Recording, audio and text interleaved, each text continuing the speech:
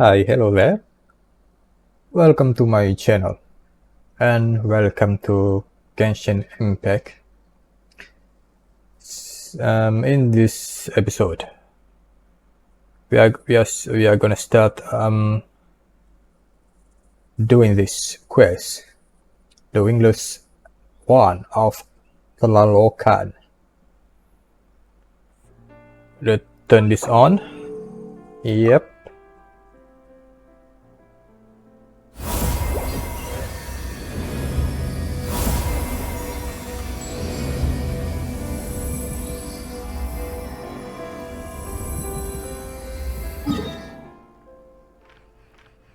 This is the place.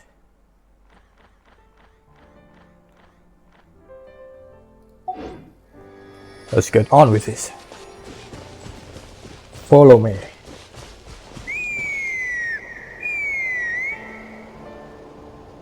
Huh? What's that sound? Seems like it's coming from that bridge. Oh, it's you.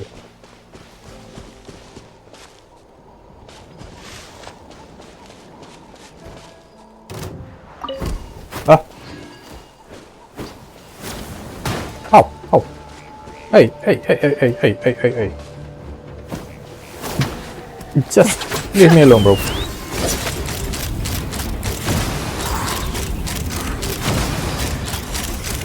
Locked on! Open fire! I'll take this. Thank you.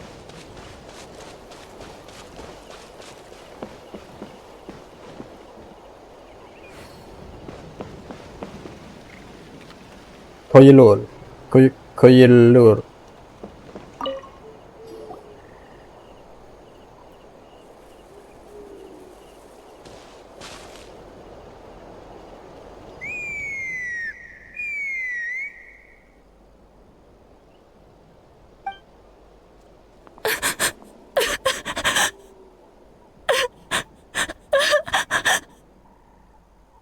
Oh no!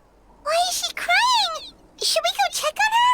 You know, just in case she's thinking of doing something stupid. I'm on. I'd leave her be. The warriors of the Flower Feather Clan are a proud bunch who never show their vulnerability in public, even if they've gone wingless. Oh, Chasca?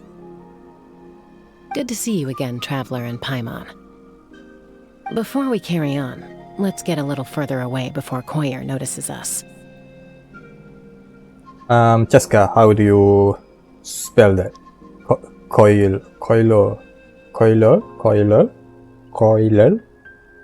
Alright.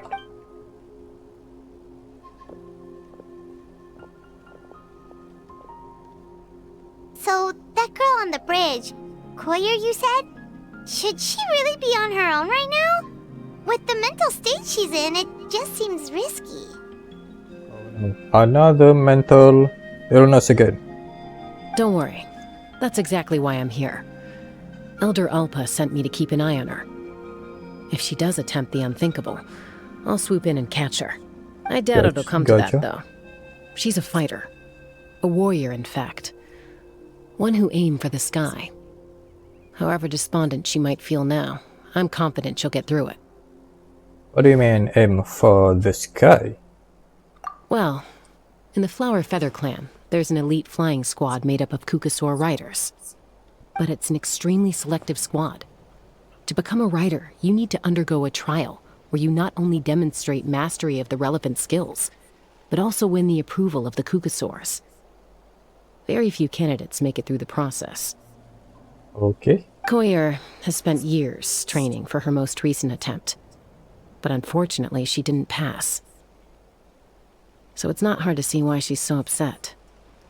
I see. And when you mention going wingless, what does that mean?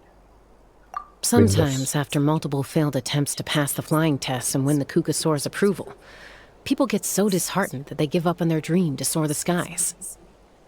They resolve to quit trying for good. We call those people the Wingless. Oh. Do they get expelled from the tribe? No, Paimon, I don't think. There will go Xilonen. What? No, of course not. They're still prized warriors. Uh-huh. We have a saying.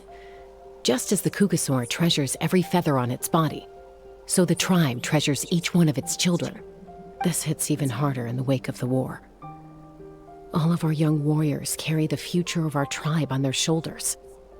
Besides, every Qucusaur falls from its nest before it learns to fly.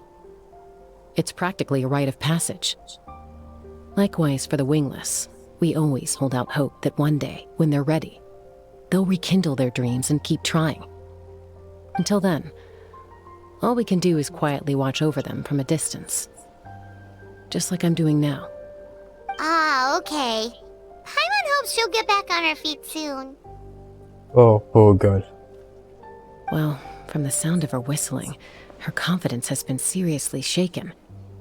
No Qucusaur is going to respond to a call that sounds like that. So that's what she do. Yeah. People from my tribe call to their saurian companions by whistling or blowing a horn. So it sounds like Koyer was trying to summon a Qucusaur to practice her flying. But the Qucusaurus are an even prouder bunch than our warriors. They would never respond to a lackluster whistle like that. First she failed the trial, and now she's struggling to even summon a Qucusaur. That's only going to hurt her confidence further. And getting trapped in that vicious circle is the kind of thing that'll make people go wingless. Surely there must be something we can do to help. That's very kind of you. Koyer's flying skills are up to par, but mentally she's stuck in a rut. If she wants to return to the sky, she has to overcome that for herself. I'm going to lay low nearby, just in case she takes a turn for the worse. Let me give you a tour around the tribe once this is all over. Okay. God dang, bro.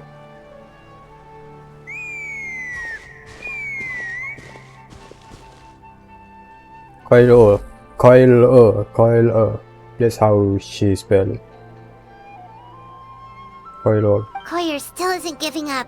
Even though Chasca said that she has to do this by herself, Paimon can't help feeling like maybe we can nudge her in the right direction. What if we could get a Qucusaur to fly up to her? That might give her the confidence boost she needs. Oh, so we are playing with people's emotions again. Actually, that sounds like a plan.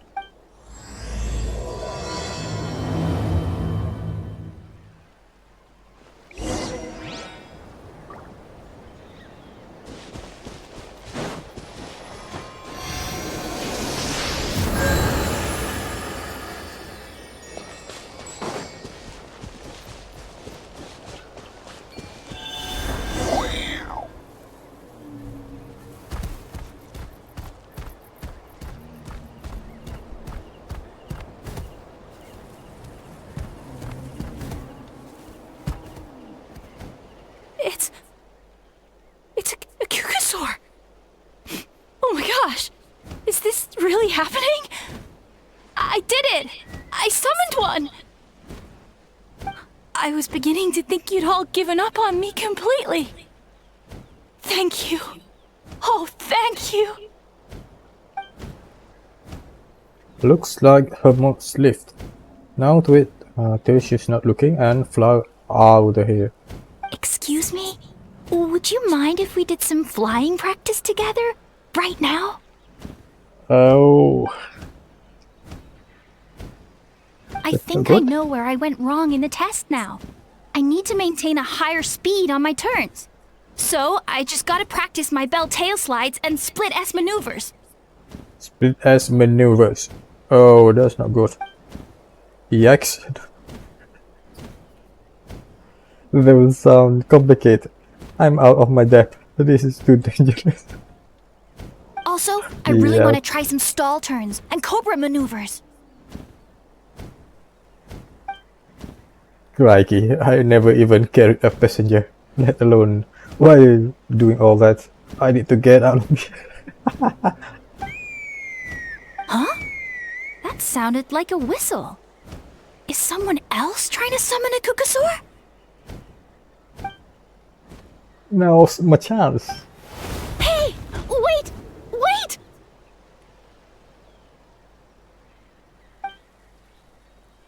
With the whistle providing the perfect cover, you make your Do escape. you think Koyer's feeling better now? Let's go back to that bridge and check. What the hell?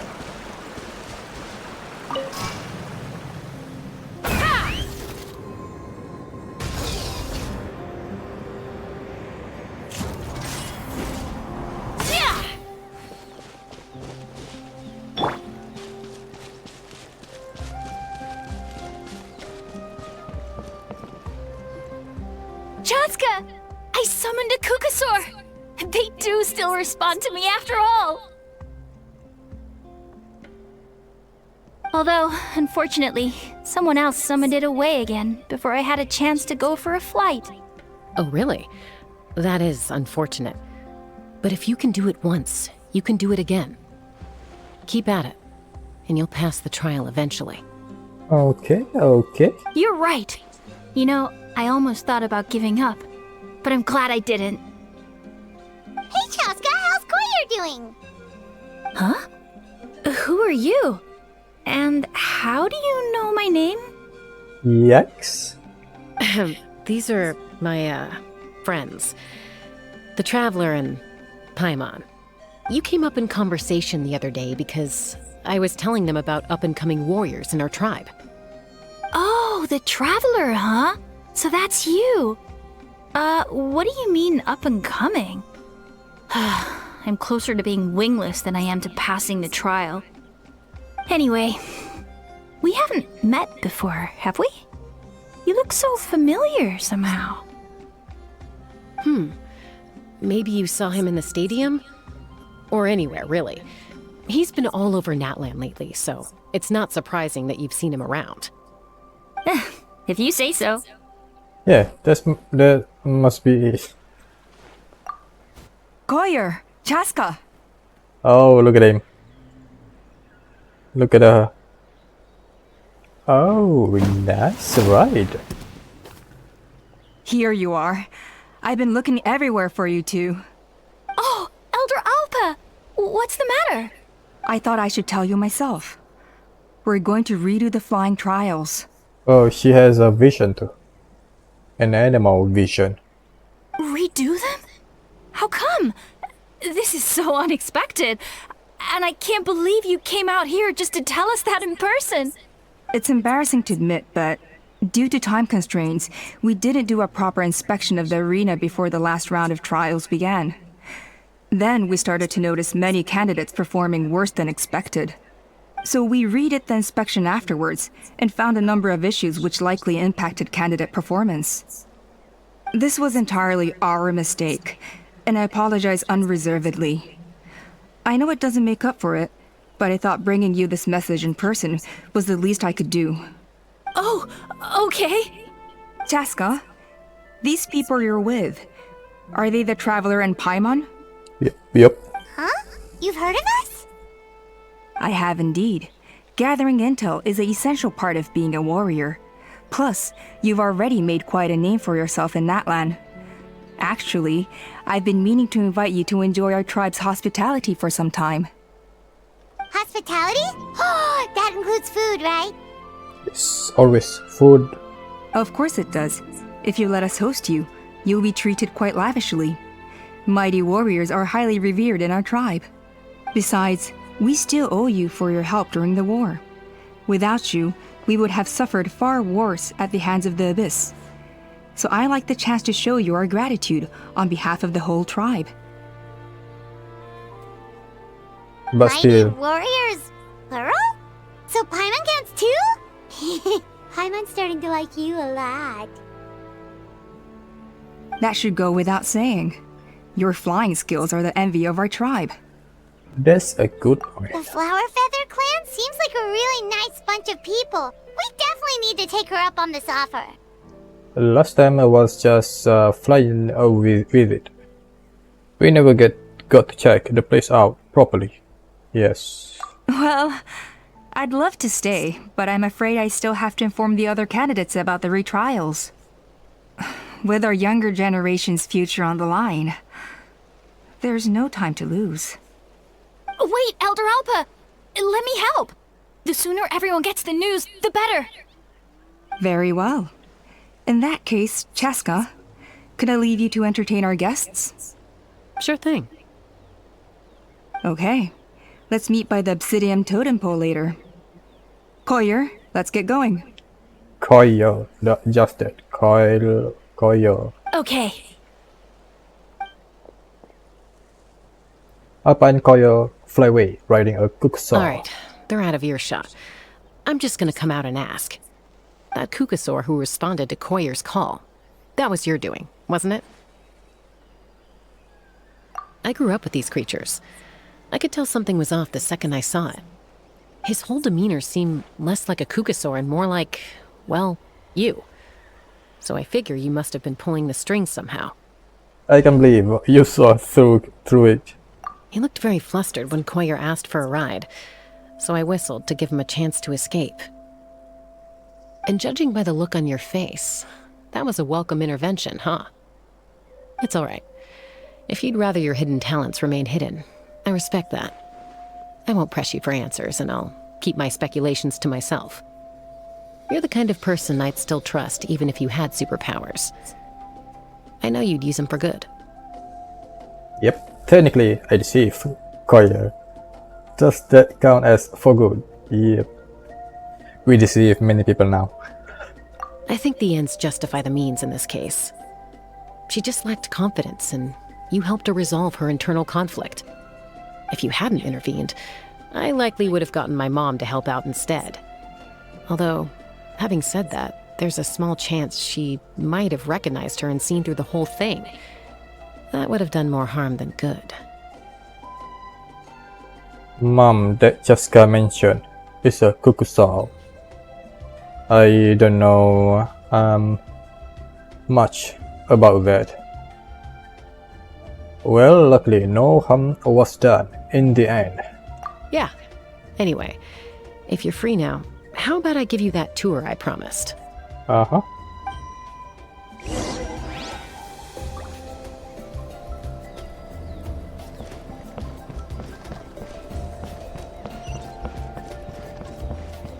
Up there.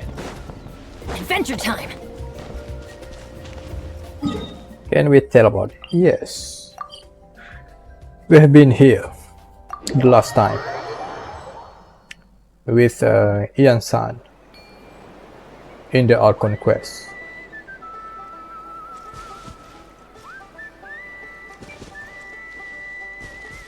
Do I need to speak with you?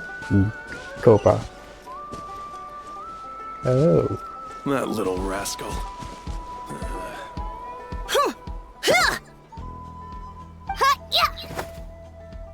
Ready? I'm gonna get you! Uh-oh. Are they fighting? Should we try and break them up? They're fine. Just doing their daily combat training. Uh-huh. Combat training? A little young for that, aren't they? Not to us. We're a tribe of warriors. In ancient times, we were the most elite troops in the nation, responsible for Oh. patrolling and defending all of Natlan. And even though times have changed, we've kept our martial spirit alive. Hey, is that Chasca? Chasca! You're back! Oh, can you come train with us? Now's not a good time, I'm afraid. I'm showing the Traveler and Paimon around. Maybe next time. The Traveler and Paimon? Wait, you mean that legendary warrior and legendary flying expert? Legendary flying expert. Paimon. Legendary? Yep, that's us, alright. Legendary flying. Yes, you're right, little bro. Awesome. It's so cool that you can fly without having to ride a Qucusaur. Even Chasca could only do that for short distances. Mm-hmm. Mr. Traveler, can you teach me some cool sword tricks? Oh, Mr. Traveler! My family's shop makes the best volcano cake. You gotta try it!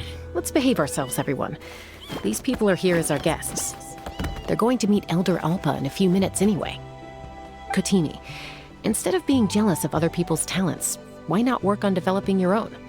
Cuphack, there's no point in trying any cool sword tricks until you've mastered the basics. Have you done all your sword drills today?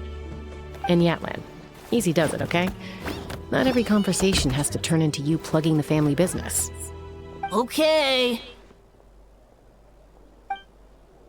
Chasca's mini lecture comes to children Sorry down. about those kids. They just got overexcited when they heard your name.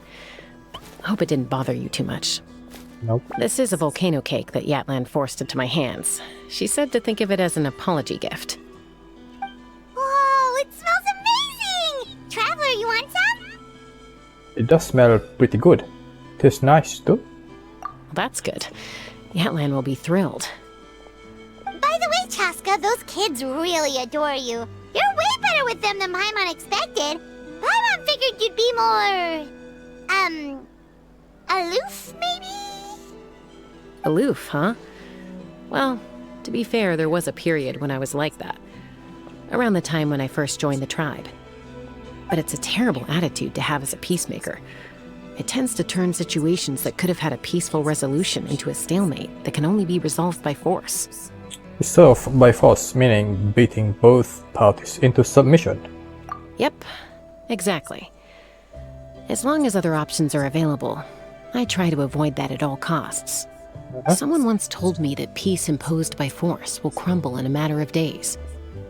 But peace achieved through genuine dialogue actually benefits both sides. You're right. Even if sometimes the parties are only willing to negotiate because they're both armed to the teeth. That's true.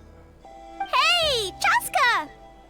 Uncle Cusco knows you're back, and he's coming to get you. It's me again. Oh, thanks. Traveler, Paimon, got a dash.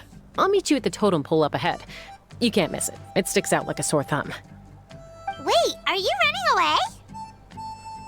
First rule of conflict resolution?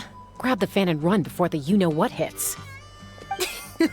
Trust Chasca to make even running away sound cool. Sorry about this. Just stall him for me, okay? I'll explain everything later. If I can pull off this trick, it'll be so cool. So rename with Chasca. Do I just need to go here?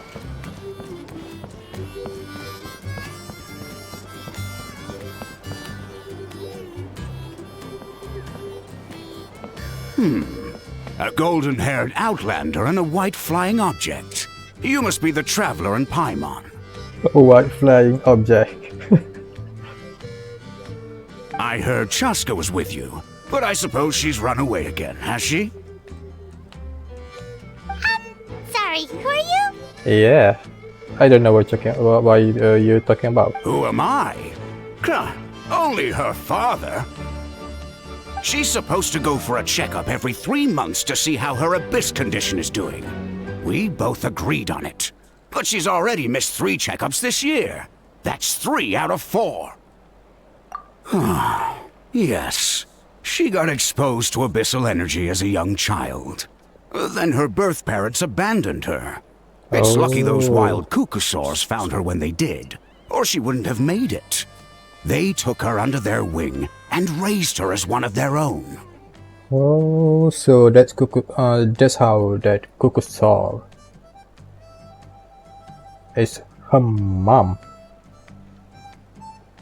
Okay. Eventually, some riders out on patrol spotted her and brought her back to the tribe. But she was practically feral at that point. Oh, Chasca. Oh, Chasca. She got abandoned by her parent. The moment you took your eyes off her, she'd be getting herself into a fight. Or she'd run away to be with the Saurians.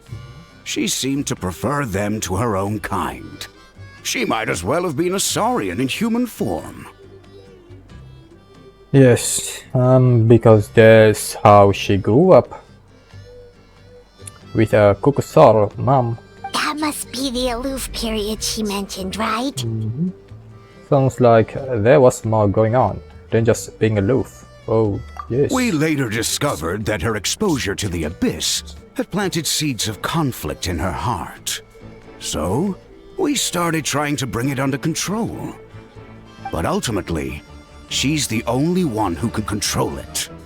Anyway, she's much more human these days. Yeah, don't worry about her. She seems pretty stable to Paimon. She's probably only avoiding the checkups because she thinks it'll stop you guys from worrying about her. Yes, I'm well aware of that. She knows she needs to be careful. If her condition ever took a turn for the worse, she wouldn't be brushing it aside like this. Then what's there to worry about? It's just, every checkup she's been to, they find new cuts and bruises. Nothing to do with the abyss, of course. Oh no, that's all fine. The problem with her is, she's her own worst enemy. She's been living dangerously again. I'm sure of it. That's why she's avoiding the checkups. She wants to hide it from us. You are just overthinking too much. Yeah, Paimon can see her doing that. Oh. In the past, Paimon, come on. she always had Koichi to keep an eye on her. Oh, Now Koichi's gone. And I don't want to lose another daughter. Koichi. Chasca's been increasingly reckless since Koichi passed. It's like she's trying to make up for it somehow. Next time you see her, please tell her to be careful for me. Even if she doesn't want to hear it. If she doesn't want to do these checkups anymore, that's fine. I just want her to stop putting herself in harm's way. Yep, there she is.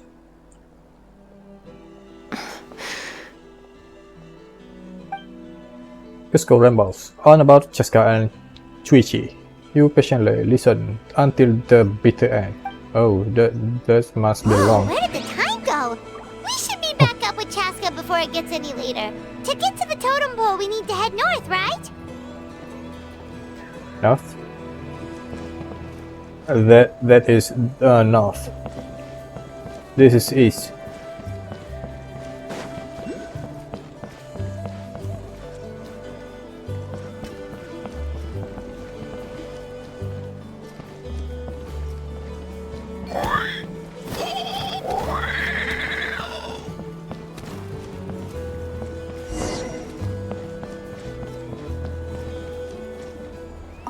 Allpa? Hey, Chasca! Hey, Allpa! Sorry to keep you waiting. It's all right. I bet my dad talked your heads off, huh? What did he say? That you used to run away from home nearly every other day. And that nearly half of your peers got beaten up by you as a kid. I was sometimes a little impulsive back then. That's putting it mildly. The memories. It feels like it was only yesterday when we brought you back and had Cusco and his family take you in. Back then, no one imagined this feral child would grow up to be the strongest warrior of the Flower Feather clan. Huh? You were the one that brought Chasca back to the tribe? That's right. Elder Allpa was already a veteran rider by then. She spotted me while patrolling from the skies and tracked down my Qucusaurus mom. Oh, Mom agreed it was time I tried to re-enter human society. But I didn't know the first thing about being civilized. I clashed with everyone who had to deal with me. And look at you now. Renowned throughout the land as a peacemaker. How time flies. When the day comes that I can't fly anymore, it will be up to you to look after our tribe and our flying squad. You know me, though. I'm not a natural commander. I'm better off as a lone wolf on the front line. So stick it out at least a few more years, okay? Give Koyer and the others time to come into their own. then you can go. Oh, stop. Wait, so isn't the leader just the strongest warrior in the tribe? At least Paimon figured that's how your tribe would work. Strength is certainly a core tenet in the Flower Feather clan. But strength means far more than martial prowess alone. If it all came down to individual strength, I'd struggle to call myself a warrior, let alone a member of the flying squad. Any fighter in the tribe could take me down. Really? I had you down as an elite warrior like Chasca. Well, sorry to disappoint you. It was something I aspired to at one point. So much so that I went adventuring in the Cinder City, K1LL, to try and prove myself. But it was foolish of me. I wasn't ready. I came back empty-handed and seriously injured. The fact that I survived was something, I suppose. But after that, I never seriously considered myself a strong fighter. And yet, you still managed to become the leader of the flying squad, thanks to your experience and determination. All while battling those old injuries. Don't you think that's a display of strength in its own right? Let's shelve this discussion for now. Traveler, Paimon, there are some simple refreshments on the table. Please help yourselves. Okay. Yes! Paimon was waiting for that part! Didn't you just gorge yourself on a whole bunch of volcano cakes? They were for the snack stomach. The refreshment stomach still has plenty of space. Yes. Paimon is so full. Well, if you're enjoying our hospitality, feel free to stay with us as long as you like. Elder Allpa? There's, something's come up. Qucusaurus? What happened? Is it serious? Shall I deal with it? It's... Some merchants showed up, not from our tribe. They said they're here to discuss some potential collaboration with us. Why now? This is terrible timing. There are a few Wingless that we haven't managed to reach yet, and we still haven't inspected the retrial arena. Wow, what a busy schedule. Guess that comes with being an elder, huh? Let me handle the other errands while you meet with the merchants. You shouldn't be trying to do everything at your age. You should help too. Seems only fair after all that food we ate. It will help the digestion process. We are not here for a free lunch. Huh. Well, much obliged. Chasca, the remaining Wingless are all people you know. Let's see. Pishika now manages the floating target balloons. Waska's probably still addicted to eyes on the feathered prize, and Junon spends her days up on the flying platform, staring at the Cinder City. I'll leave you to tell them the news.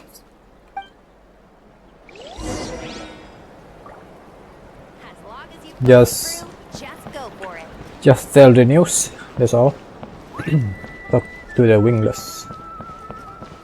Oh, Wingless.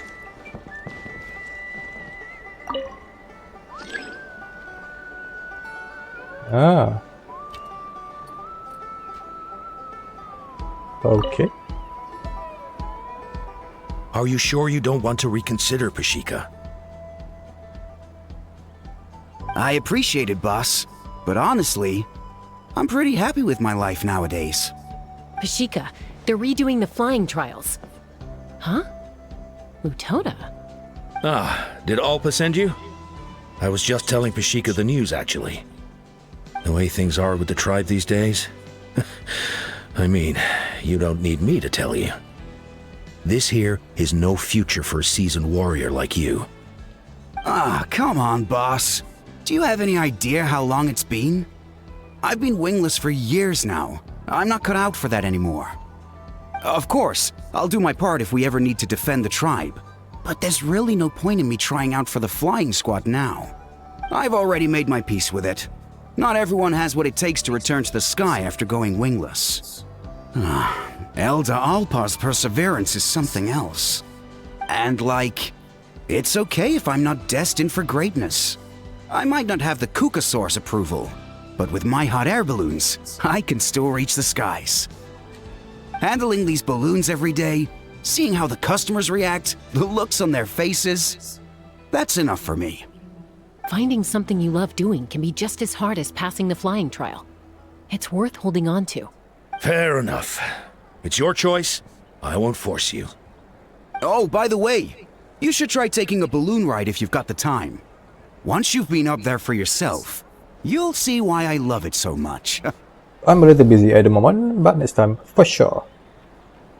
No problem. If you ever want to give it a try, you know where to find me. Gotcha. We need to do this challenge. Anyway. Alright. Ow. Oh.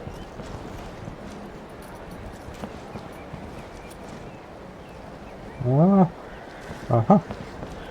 Maybe later. What's your name? Moepo. Moepo. A retrial? What's the point? I pretty much treat life like it's a game. No Qucusaurus is ever going to approve of that, no matter how many times I try. Huascar, I can assure you, Qucusaurus wouldn't judge you for something like that. Well, they must be judging me for something. Maybe I lack fighting spirit, or just don't have the talent. Not everyone's a natural like you. Don't waste your time on me. You'll have better luck with the ones who still have their heads in the clouds. In the meantime, I think I'm gonna treat myself to a few more games of Eyes on the Feathered Prize. Oh. Yeesh, there's Wingless, then there's being a total lost cause. He used to be a fierce warrior, actually. But fighting spirit alone won't win you the Qucusaurus approval. Are all Qucusaurus so strict? The ones in floating target balloons and Eyes on the Feathered Prize seem pretty chilled out. It's one thing to hang out and have fun, but quite another to take to the skies with a human life on your back. Giving a ride to someone who's unqualified endangers not only the rider, but also the Qucusaur themselves. If the rider makes a mistake, they both suffer the consequences. So we have a mutual understanding with the Qucusaurus. If someone isn't up to standard, we have to reject them. Even if it means breaking their hearts. Oh.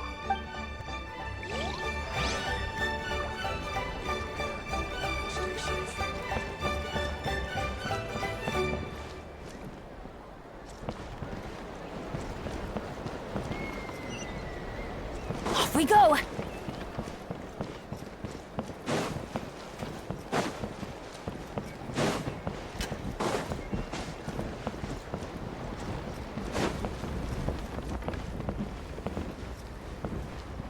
Is that a cannon?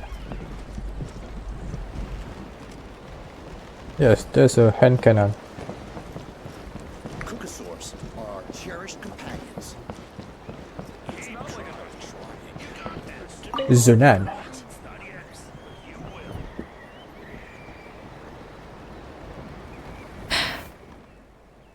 Hey, Junan. Gazing out at Tlalocan again, huh? Chasca? What are you doing here? Is something up? The flying squad is hosting retrials again soon. Wanna give it another try? Maybe you're forgetting the definition of wingless. I've failed so many times already that I've decided to call it quits for good. I'm done. Just do it. Just do it. Elder Allpa always goes out of her way to come and tell me when a new trial is coming up, and it's nice of her to think of me. But nothing's gonna change. I'm not going to suddenly pass just because they're holding another trial. Yes. We all have been at that point. Yep. They're making some big changes to the arena this time, so the flying experience should be smoother than before. Koyer's gonna try again. Just do it. That's our job. No, forget it. If I was genuinely good enough to make the squad, the location shouldn't affect my chances. A true rider can fly confidently whatever the conditions, like you and Elder Allpa. Junan! They're redoing the... Huh? Chasca and the Traveler. You're already here. I guess they told you already then. Come on, let's go train together. Nice. Kylo. She still had in her. Yes. gonna sit this one out. Just do it. Yuna, just do it. What?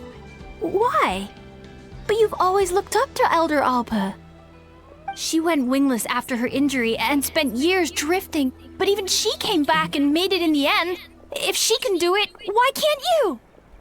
I mean, I don't have that kind of perseverance. And besides, the last thing I want to do is fail in front of her yet again. No. Oh, come on. You know you don't need to worry about that. Alright, well, how about we just treat this as you being my mentor? Then will you train with me? I mean... Enough umming and ahhing. Let's just get up in the air and figure it out as we go. Wait! Hold on, slow down. I can't keep up. Well, that's one way to do it. Yeah, Xilonen unwittingly chose the hard way. They've been best friends since they were kids. If anyone knows how to get Junan out of a rut, it's Koyer. You helped Koyer deal with her internal conflict, and now she's done the same for someone else. You know, people often talk about how one conflict leads to another and so on. But sometimes in life, things spiral in a good direction instead.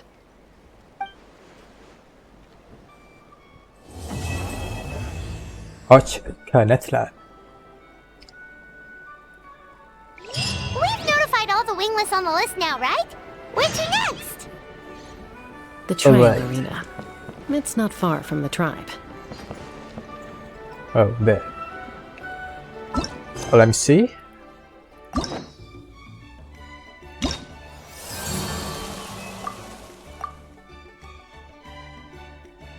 Act 2. Okay. Let's move on.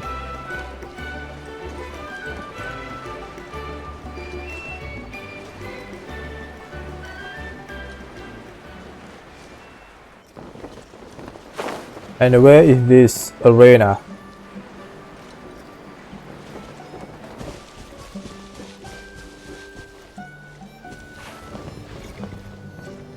In Kanak.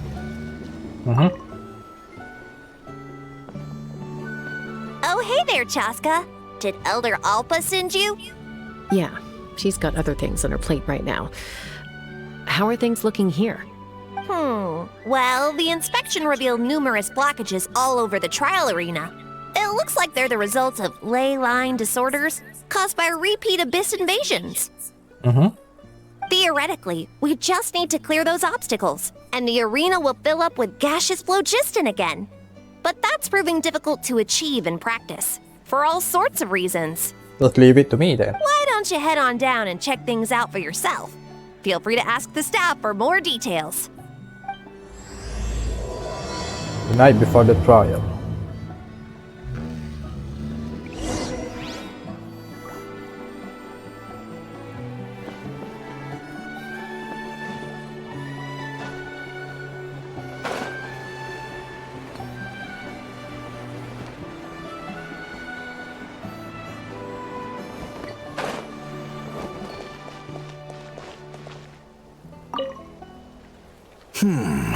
I think it should be possible to clear this spout with just a few hard hits.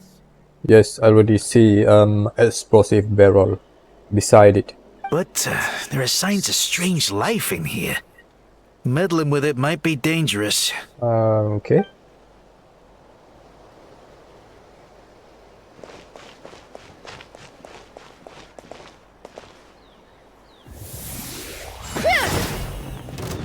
Hey! Monsters!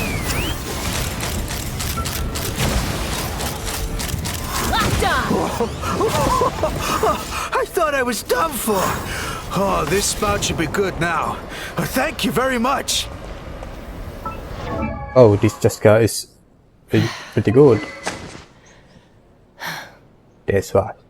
That's why. Obsidian Codex.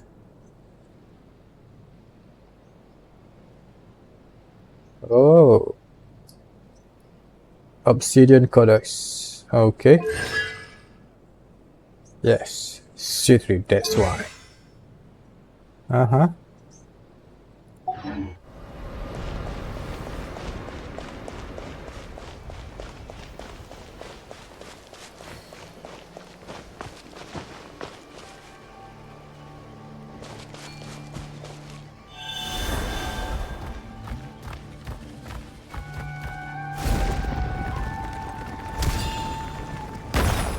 Oh.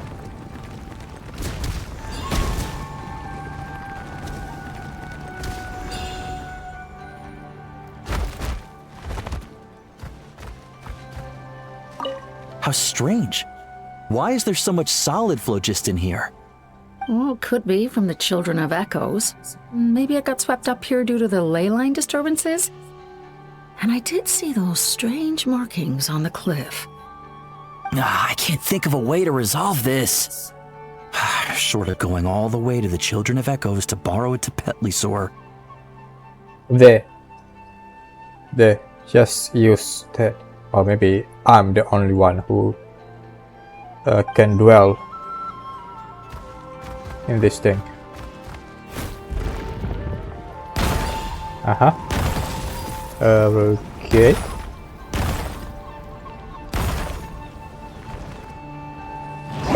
Oh no, oh no.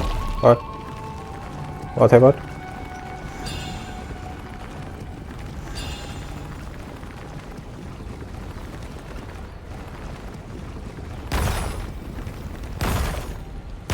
Nope.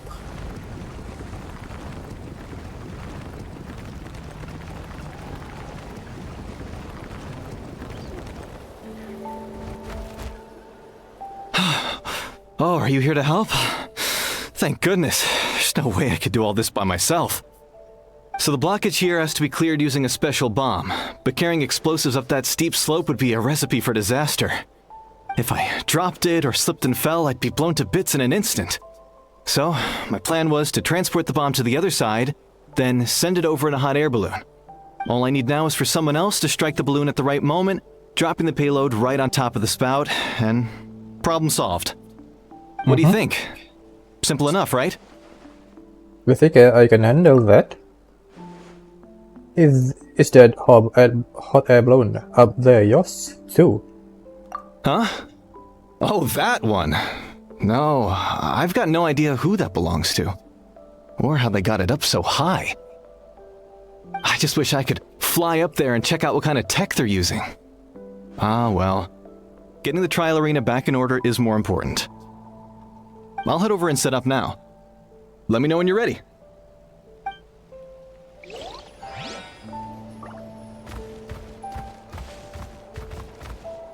Oh, maybe that's the thing. Uh-huh. Ow. Can you? Ow. Can you fly? No.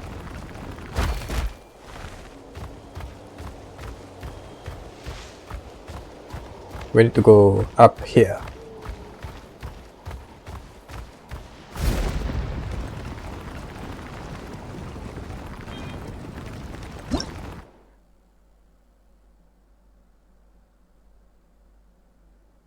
Oh, you can use Chasca too. I see.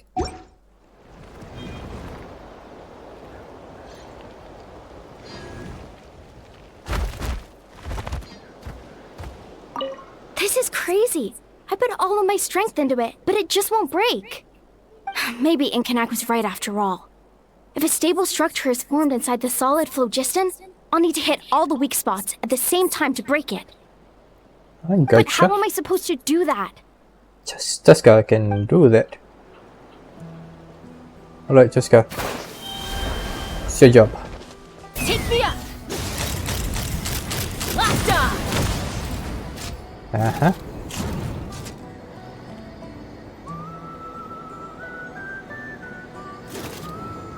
Oh, so that's all we need for the Petlisaurs.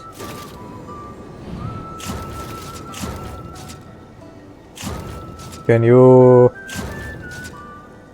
bring me more higher up? Giddy up!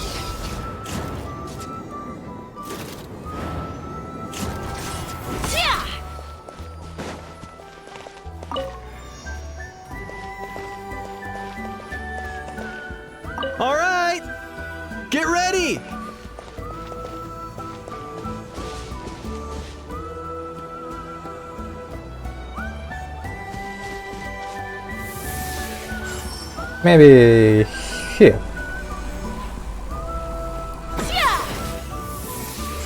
The gaseous phlogiston is being replenished. Looks like all the spouts have been unblocked. Let's head back up. But first, Chasca, we got something up there. What? How do we get up there?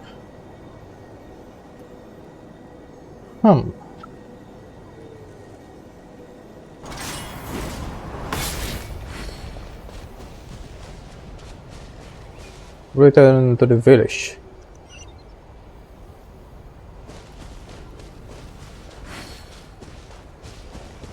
Let's fly.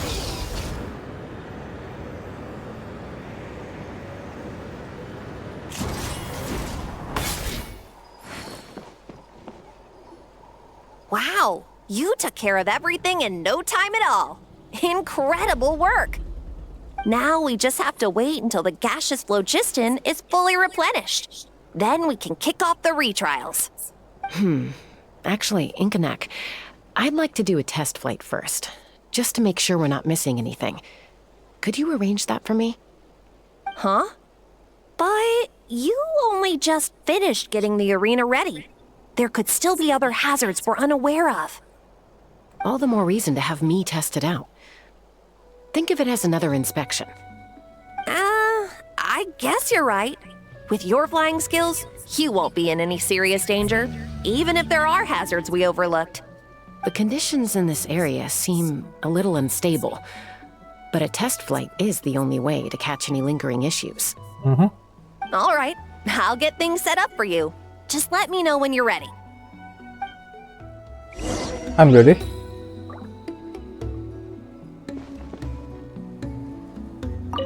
Are you ready? This should be a piece of cake for Chasca, but still, try to be careful. I'm sure she'll be fine. All right, then spread your wings and fly.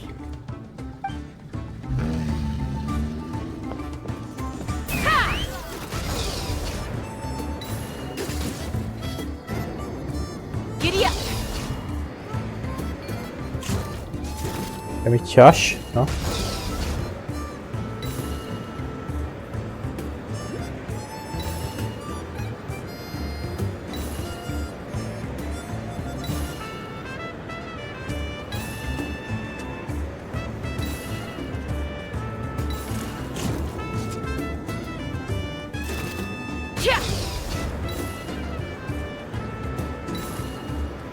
Space for going up and control.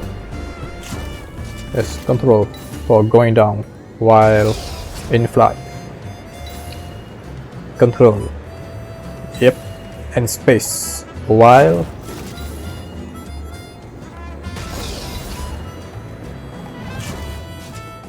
we good?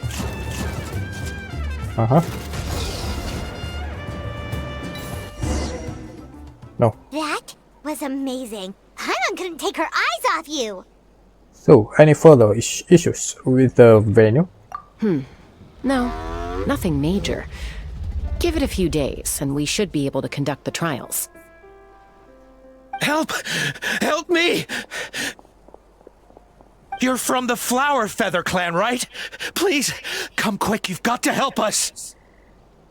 Catch your breath first. What's the situation? We got attacked by a Qucusaurus. And where are you from? It's not from Fontaine. My friends are still stranded in the middle of the road with the goods we were transporting. Please, I'm begging you, save them! Huh? Are Qucusaurus really that aggressive? Do they usually attack groups of people unprovoked? Not in my experience, but there are exceptions to every rule. Let's go check it out. Yep. Take me up!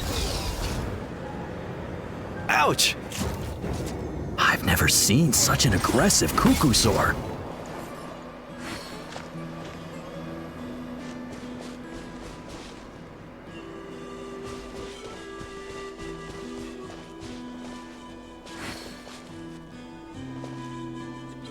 What's that?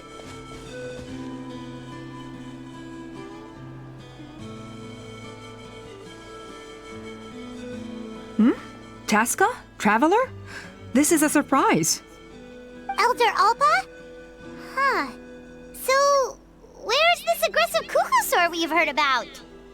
Already flew away. Looks like it backed off once it realized that reinforcements were coming. So why do you think it attacked these people in the first place? Was it after the food? No. These merchants are even transporting food. Ah! Thank goodness! The phlogiston wings are intact!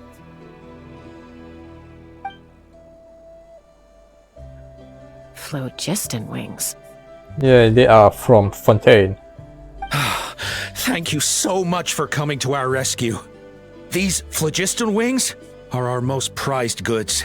If anything happened to them, it would ruin us. Wait a minute. Are you the merchants that were looking to collaborate with us? Wormy told me about you. Yeah, that's us. So I take it you're Elder Allpa? I am. You must be exhausted from your journey, not to mention shaking up from the attack. Let me bring you back to our tribe to rest. We can talk business after you've recovered.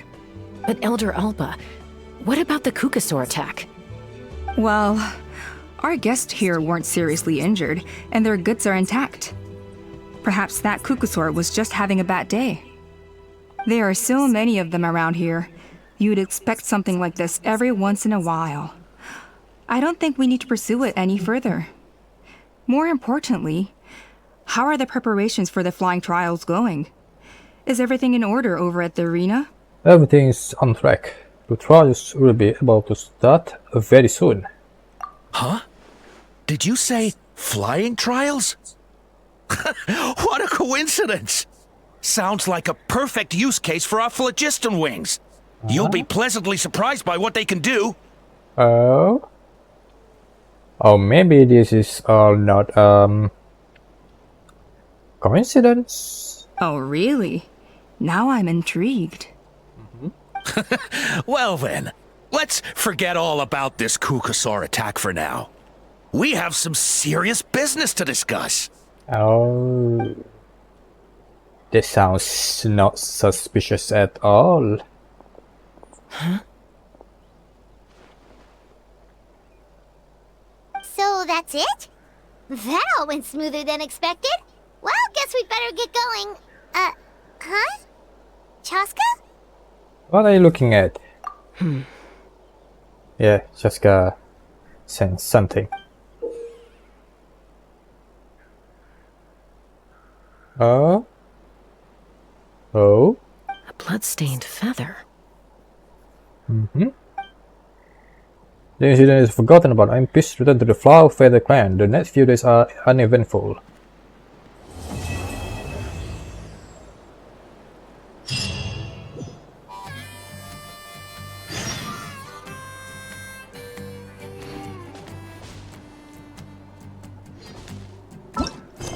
Are we on the right track?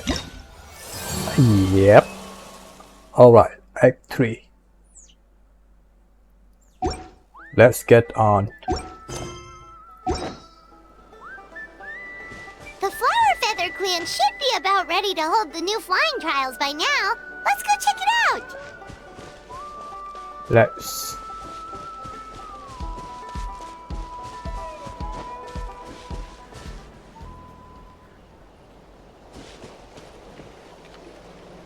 Alright. Ah, Traveler and Paimon. You came. Yep, and it looks like we made it just in time. Although, can't say the same for the Qucusaurs. Bit of a low turnout, huh? Yeah, you'll see why soon enough. All right, get ready. 3, 2, 1, fly!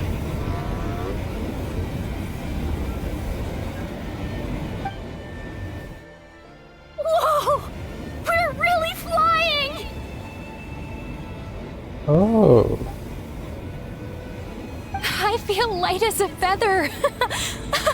I'm flying without a Qucusaur. These phlogiston wings are awesome! What's going on? Paimon can barely believe her eyes. How did they fly all on their own? What happened while we were gone? We are not gone. The merchants we ran into that day were selling a product called phlogiston wings. It's a flying machine worn on the back. To operate it, you just use a handheld trackball that controls the flow of gaseous phlogiston. Okay. That's incredible. Yeah. If our tribe, well, if Natlan mass adopted this technology, it would revolutionize our mobility and responsiveness in times of crisis. Just think of the countless tragedies that could be averted. I feel like I'm dreaming. Did I really just fly on my own without the help of a Qucusaur? Oh. You'd better believe it. Plus, you just passed a flying trial. Right, Elder Allpa? Yeah. She's not happy.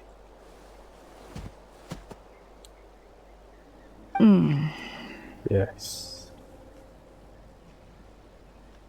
Elder Allpa? Should this really count as a pass if we did the trial using phlogiston wings? It's a good. It's good. That thing is good, but it doesn't feel right. After all these years that they already using and living with the Qucusaur. Why not? The scoring rubric is about flying performance. It doesn't specifically say you have to ride a Qucusaur, does it? Yeah, maybe, but I mean, even Chasca had to ride a Qucusaur in a trial, right? Oh. And the whole point of the trial is to test both your flying technique and your ability to work with a Saurian companion. Yep. The trust between the rider and Qucusaur. A teamwork. Well, if we can fly by ourselves, maybe we don't need to test the ladder anymore. Chasca, Traveler, what are your thoughts on this new invention? Yeah, it's a good innovation, not gonna lie. The sooner is widely adopted, the better. It's an unknown quantity. You should use it with caution. Yes. We still don't know much about that thing. Right? That's what I think too. I agree that they have strategic value, but I don't think it makes any sense to evaluate candidates by the current testing standards if they're using phlogiston wings. Oh no. Xilonen. Why? Shunan finally mustered the courage to go through with this. And now you're saying it doesn't count? Oh no. I don't have any experience using these wings in battle, nor is it immediately obvious how to incorporate them into the existing systems in our tribe. Taking a longer-term perspective, I think we need to start by getting thoroughly acquainted with how these things work. Then we can develop a new trial format with new assessment criteria, tailored to candidates using the phlogiston wings. You all raise valid points. But Chasca, while your proposal sounds perfectly reasonable, it would probably take years to put it into practice. We lost so many people in that war. These phlogiston wings could be exactly what we need to strengthen our forces and boost morale in this trying time. We still don't know how that thing works. And we still have some question about that feather in blood that we saw last time. The blooded feather. And as for real-world battle experience, there will be plenty of opportunities to gain that. I have high hopes for you, Junon. Huh?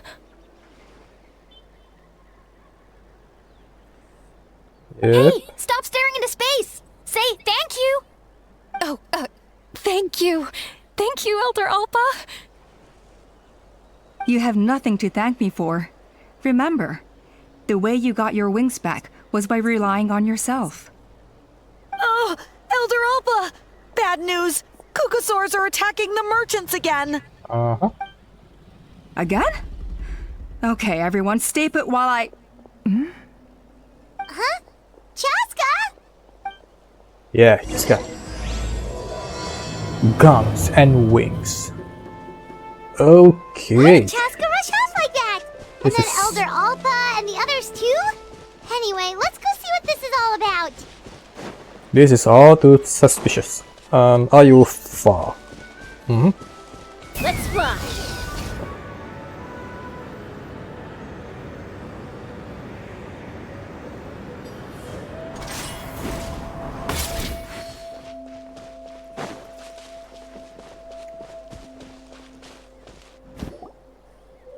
What's going on?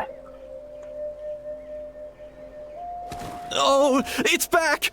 It found us again! Run! Get out of here! Curses! She's really riled up this time. Hey! Stop running! We'll never outrun a creature with wings! Get back here and let's fight!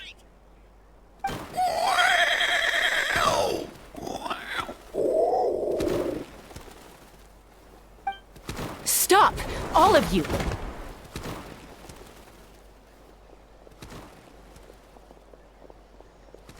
Chasca! Oh, wonderful! Quick, get rid of that thing! There must be a reason.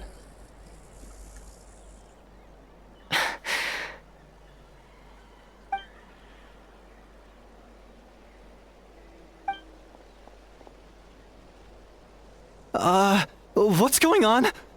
Why isn't she doing anything? Shut up, bro. So it really is you. Sister. Wait, sister? That Qucusaurus is Chasca's sister?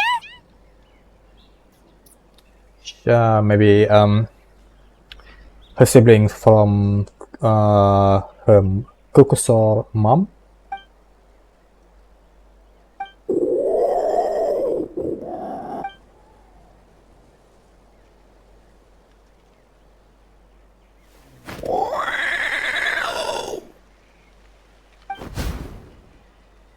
Koya, wait! Is Chasca gonna be okay? Should we go check on her? We change because it's too weird if there's two Chasca.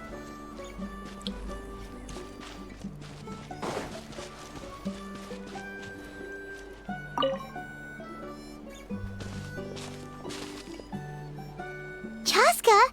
Are you okay? I'm fine. Sorry for making you worry. You're not going to keep following her. No point. She's an expert at hiding her tracks. Once she's shaken you off, you'll never catch up to her. At least, I always used to lose to her at hide and seek when we were kids. When you were kids? Well, yeah. You know I was raised by Qucusaurus. Yes. Anyway, she and I grew up in the nest together. Her name's Koya, and she's my big sister. We played together all the time, chasing each other through treetops or mountaintops. It felt like it would go on that way forever. Until the day I was sent back to live with the humans. Not all Qucusaurs are friendly towards people. Koya, for instance, she's fine with me because we grew up around each other, but she's not fond of other humans. When Mom decided to send me away, Koya strongly protested, and after I left, she became more and more reluctant to interact with humans. Maybe she thinks that humans stole you away from her. It's a possibility, but in any case, we still stayed best friends at first. I had a hard time adjusting to life in the tribe, so whenever something went wrong, I'd run off into the wild and vent to Koya. Ah, so that's what Uncle Cusco was talking about. He said you seemed to prefer hanging out with saurians to your own kind back then. Yeah, I did. But then, gradually, everything changed. With a new mom and dad, a new tribe, and Koichi, I started getting curious about these humans and made an effort to understand their behavior. The more time I spent with them, the less I spent with Koya. And then, one day, it was Koya's turn to leave the nest. She sought me out and asked if I was willing to leave the tribe and go live in the wilderness with her. As far as I can remember, that was the first time she ever approached a human settlement on purpose. Oh, there must be a big reason. And we still doesn't have any lead to the bloody feather. So, how did you answer her? Well, I wouldn't be standing here talking to you if I'd said yes. In other words, you turned her down? No, I was torn. On the one hand, I'd already made up my mind to embrace my new family and accept my human identity.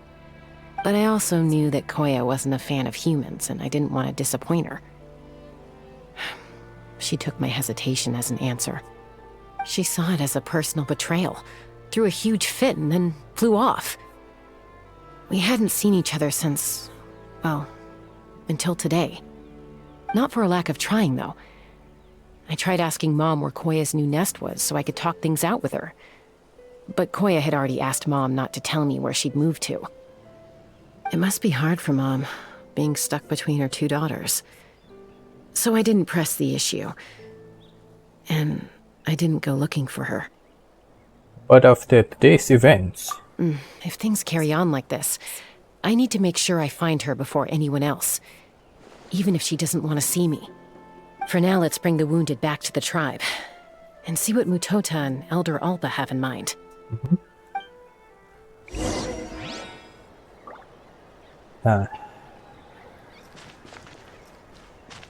I'm sure of it. There must be a other reason that Koya attacked this mission. I'm sure of it.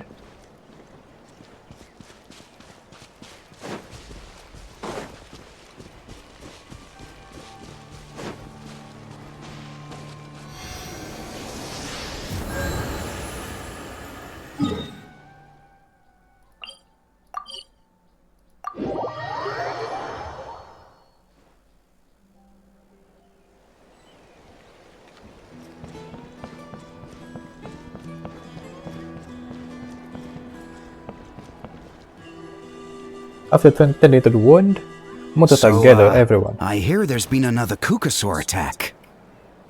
Ha! I knew it! They're wild animals, and they can't be trusted. Shut up, bro. Wingless. Hey, show a little respect.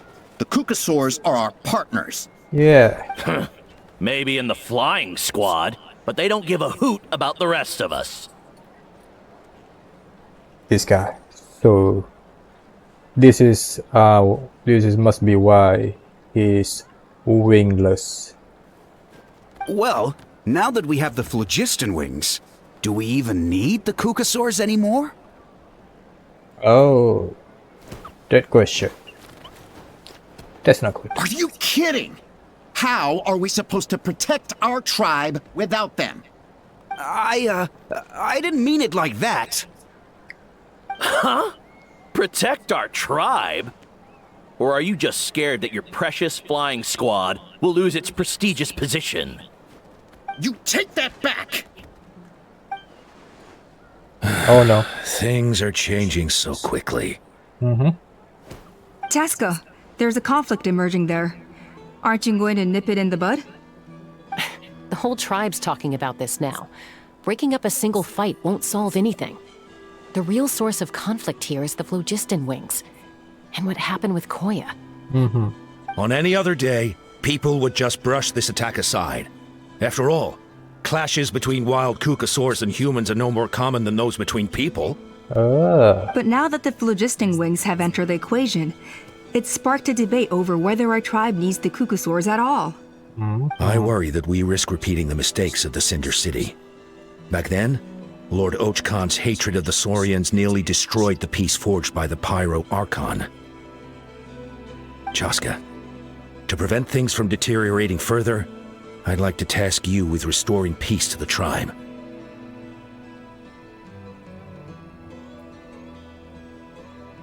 He just give other people his responsibilities. I will. Traveler, you've already done so much for Natlan, and the Flower Feather clan has no right to ask more of you. But... say no more. I mean... Chasca is my friend. The Flower Feather tribe are my friend. No. Thank you. And don't forget about Paimon. Just leave this to us. This whole situation has unfolded so quickly that it's put us on a back foot. To tell the truth, it makes me a little suspicious. You think someone might have orchestrated all this?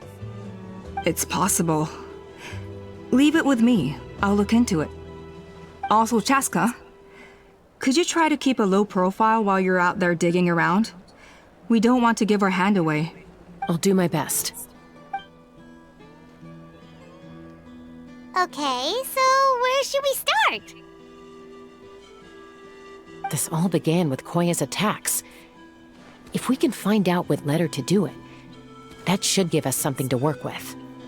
But will she ever even talk to us? Unlikely. Given how she reacted when I showed up, I don't think she's forgiven me. If you want to resolve a conflict through dialogue, sometimes you need a third-party facilitator. Let's go see my mom. Okay.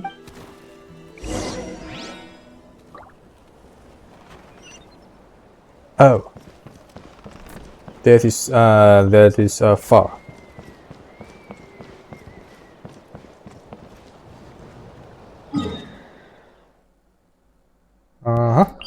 We travel from here.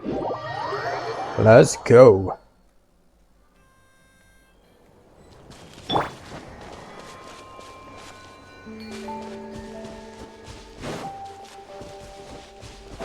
Take me up!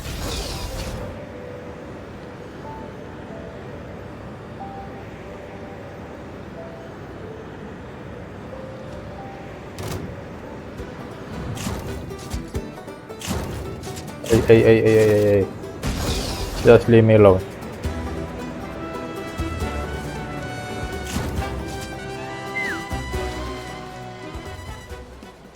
Oh, this is the place. Just wow, us so this is where you used to live as a child? at the home, yes. Mm-hmm. When I was little, we used to do this thing where I'd jump from the top of this tree, and Koya would fly over from the platform and catch me in midair. Or sometimes we'd both fly from the treetop together, and then after some aerial maneuvering, she'd throw me up onto that platform. After we got a bit older, we went to the nearby shores looking for even greater heights. Stop! You're gonna give Paimon a heart attack! Oh, really?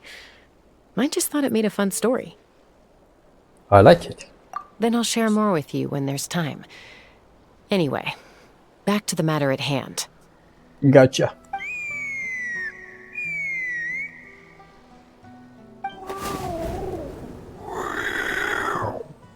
This is her mom. Hey, Mama Bird. I'm back. My last visit was only a week ago, wasn't it? See? I visit you more than I visit Papa Cusco. I brought a couple of friends with me. These are the Traveler and Paimon. Traveler, Paimon, this is my mom. Her name is Chimpu. In the human tongue, anyway.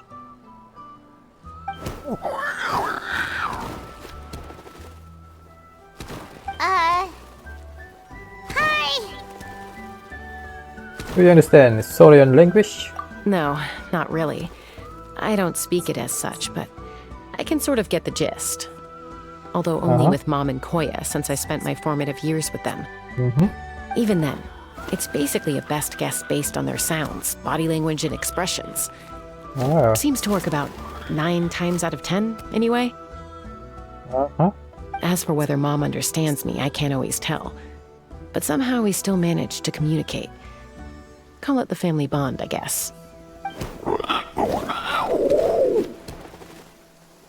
Don't worry. I'm doing well, but I think Koya might be in some trouble. Let's explain the situation to Chimpo through a series of I know she's never been a fan of humans, but she's never deliberately attacked them before either. What's behind this sudden change? Does, Auntie Chimpu know anything? Auntie Chimpo. Doesn't look like it. Koya hasn't visited her in a long time. Then, could you please tell me where she's living nowadays? I really need to talk to her. If this animosity between her and the tribe continues, then the next time there's an incident, I don't know if I'll make it there in time.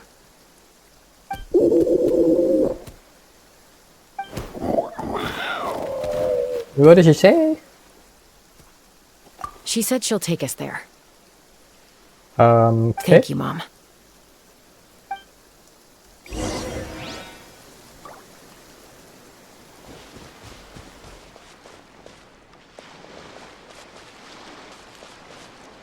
Chasca's home. This must be her toys. And where are you?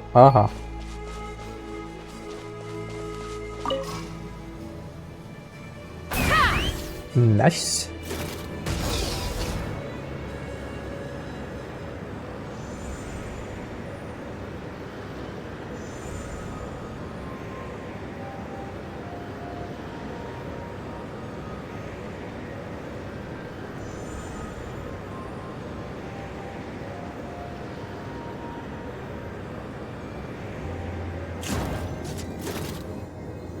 Please, left. Okay. We good.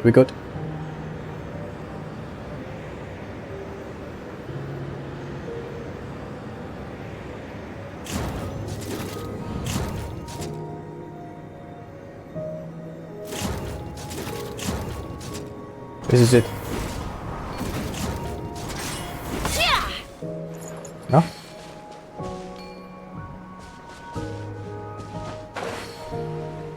This way? Oh, I don't think down there.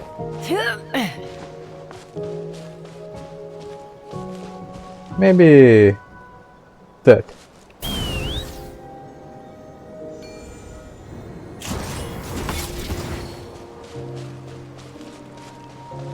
Oh, nope. Up. No, there's nothing up there.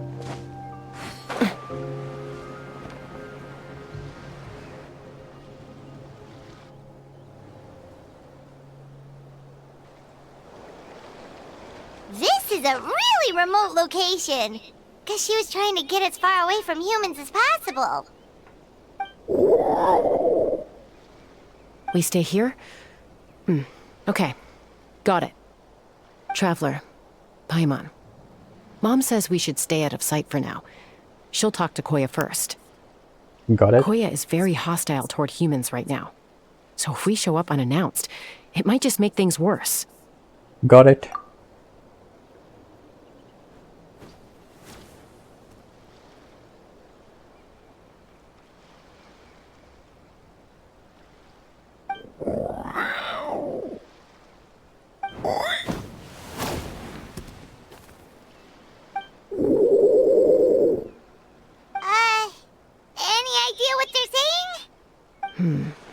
Sounds like things are more complicated than I imagined.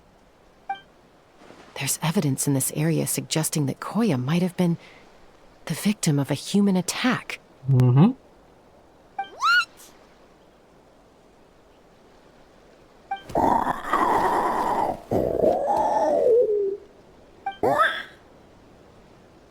No! What's wrong? It's Chime, Koya's child. The attackers kidnapped her.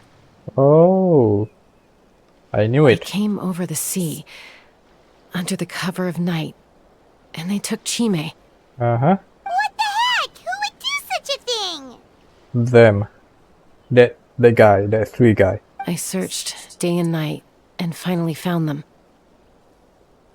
Oh, when she says them, does she means the three?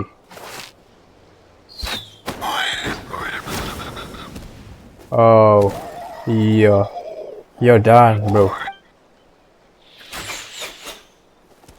No. Oh, yeah! T'Pol's contraption is working like a charm! Got her in one! Wait.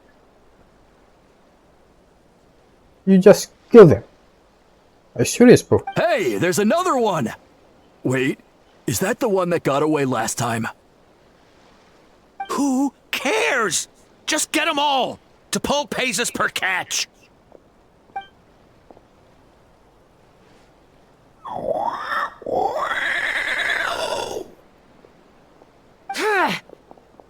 Oh.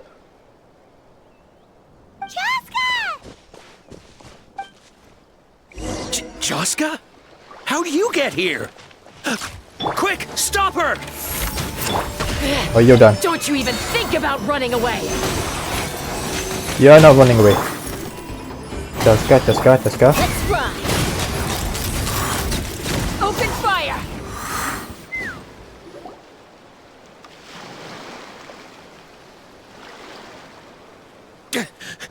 Don't come any closer, or I'll... Go, Phlogiston Wings! Take me out of here! Bomb. Uh-oh, looks like it malfunctioned. Oh. This is bad. Mom and Koya are already injured. And if that thing explodes right next to them... Oh, they are still alive. Good.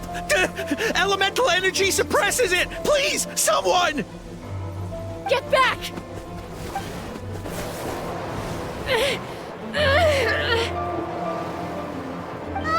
It's still going, and it's getting worse. Guess we need a more permanent solution. All right then. What are you doing, Chasca? Okay. Chasca throw the malfunctioning trackball into the distance. That was too close. I thought I was gonna die. That can still be arranged. Yes.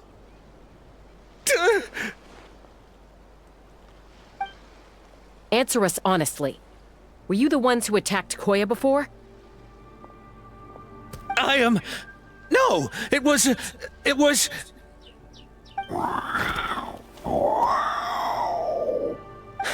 Well, she says it was you. If you still want to deny it, we have other ways of making you talk. Just tell me, who sent you here? It was T'Pol. He told us to catch all the wild Qucusaurus we can find. T'Pol. And he also said that this Qucusaur has become a thorn in his side, so it needs dealing with urgently. T'Pol? Huh. Sounds familiar. But where from? So where is he now? Well, he tends to send his orders in writing. He pretty much never communicates with us in person. When he does, he wears a mask to hide his face. Okay. And whenever we trade Qucusaurs for Phlogiston Wings, we deal with his henchmen. So you didn't even make those wings? All we did was slap some labels on them and transport them over here, to make them look like they're imported. To make it harder to trace their origins. Why does he want you to catch Qucusaurus? I don't know, honest! Well, that's mighty convenient, huh? What about if I held a gun to your head? Would that change your answer? You mean, a cannon? No need. I'm sorry. I'll tell you everything I know. T'Pol doesn't tell us much, but he always stresses that he wants them alive.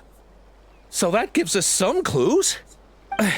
This is just a best guess, of course, but we suspect that the gaseous phlogiston stored in the trackballs is drawn directly from the Qucusaurs.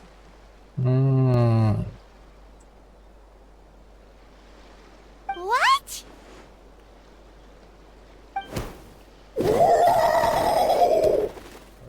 Yeah. Easy now. You're still injured. Hey, keep talking. Yes, ma'am. So, the gaseous phlogiston has to be highly refined in order to power the phlogiston wings. The slightest imperfection can have disastrous consequences, as you just witnessed. But the Qucusaurs have a natural ability to process gaseous phlogiston. So, if you use them as an intermediary, then... You mean you kill them? Yep. And dissect them. That's enough. So the Qucusaurus you took, where are they now? T'Pol should have them. But no one knows where he's based, apart from him and his henchmen. Oh, we are gonna get him. We're really gonna get him. We've tried looking for it ourselves, even followed them a few times. But we always end up losing track of them. Random thought. Maybe they're hiding up in the sky? Oh. That high up hot air balloon that we saw last time. I guess this means we can go after the ringleader yet. T'Pol. T'Pol. I'm sure I've heard that name. Maybe it was... Chasca! Traveler! Oh? Allpa? Oh, look at her. Nice ride. That voice! It's Allpa!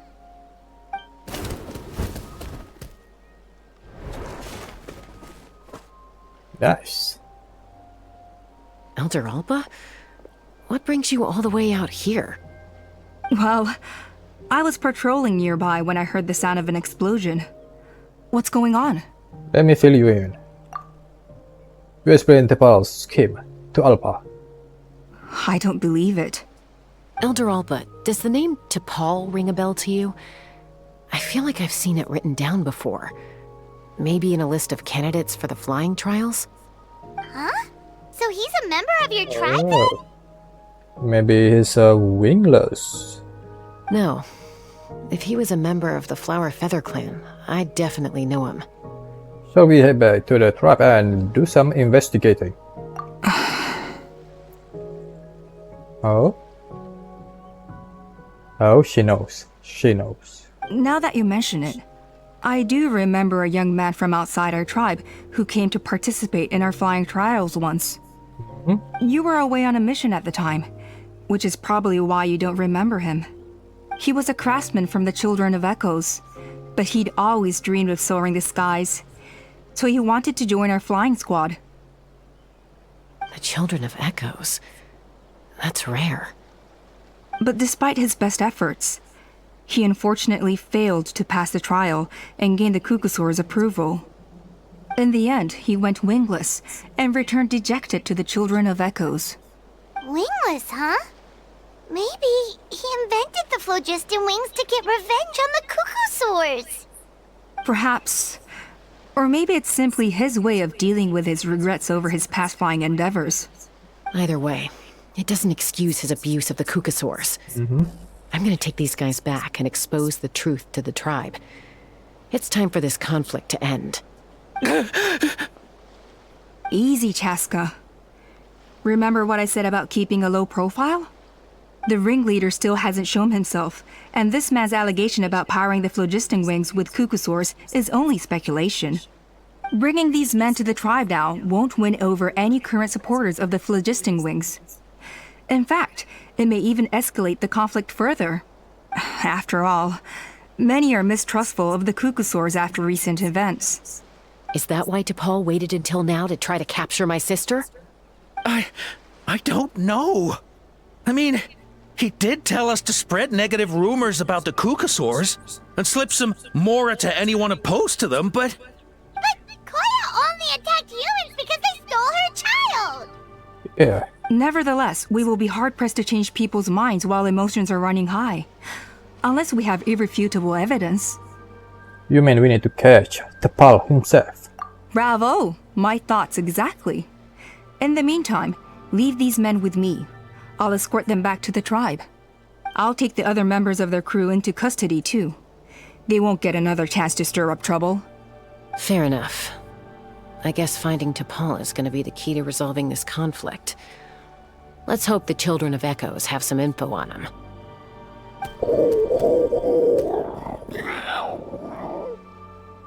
Gotcha. Sorry, whatever it is, it'll have to wait till this is all blown over. I have to fix this situation before it spirals out of control. Mom, sis, rest up and get well soon. I gotta fly.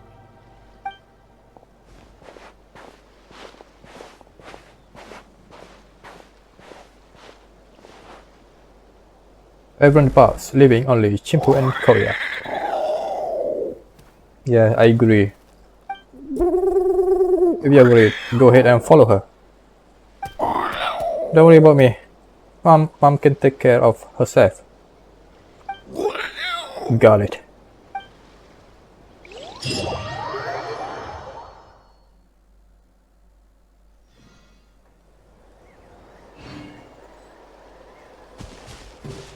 Mortal Pursuit.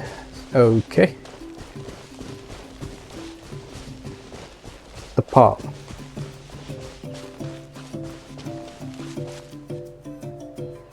So Allpa says that T'Pol's from the Children of Echoes.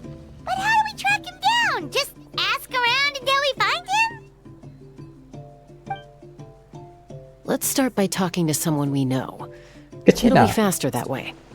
At this time and place, I'll bet the easiest person to find is... Kachina? Wakey, wakey, Xilonen! Xilonen.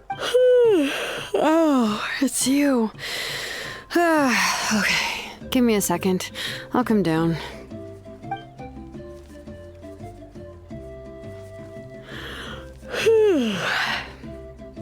Seems like you two both love climbing trees.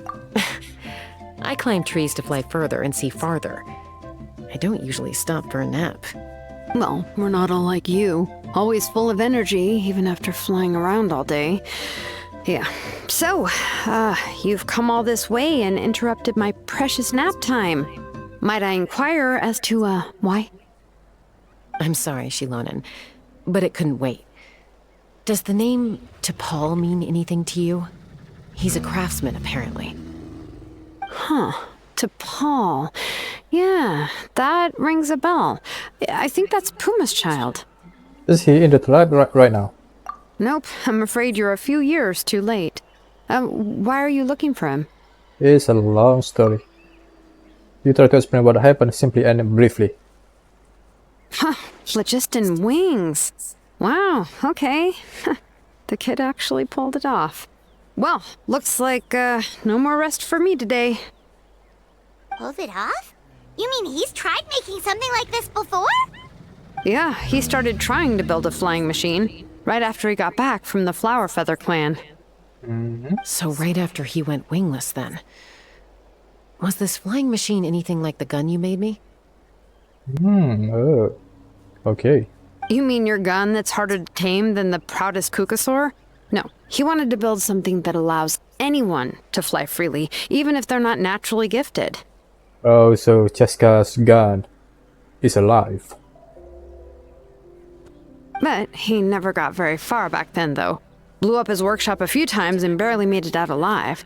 I never really kept up with him after that. His parents traveled a lot in their youth and only returned to the tribe after he was born. But they settled in a remote area and don't interact with other people much. Which means most people in the tribe don't know them very well. Your best bet is to chat to his direct family. Gotcha. I'll go get Puma. Wait for me in front of the workshop. I won't be long.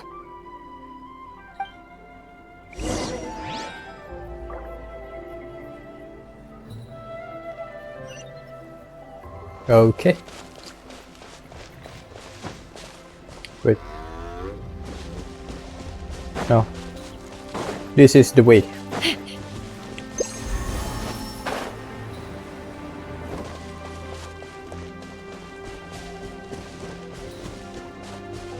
Oh, while I'm here, I need some material from these guys. I need this. Not now. Open fire! I'm sorry. I really need this.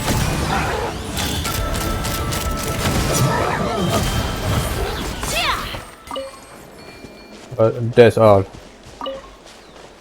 God dang. The loot, the drop from this, it's not good.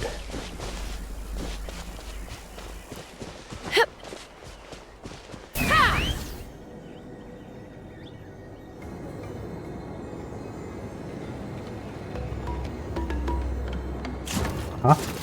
This is it?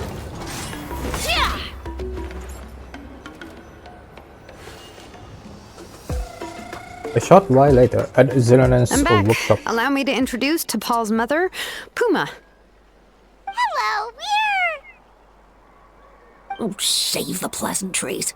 I don't want to spend any longer talking about that boy than I have to. Nah. Her voice doesn't match with her current self. No. Nah. I disowned him long ago. He is no child of mine. All he cared about was his pipe dream of reaching the sky. Oh, we tried to talk sense into him, but he was obsessed. And then when he left us, he spouted some nonsense about building a workshop in the sky to avoid the constant criticism of us ground dwellers. Oh. So that hot air balloon high in the sky, it must be his base. He left his notebook behind. Whatever questions you have, you can look for them in there. I am done talking about him. All right. He's no son of mine. He never called me Mom anyhow. Gotcha.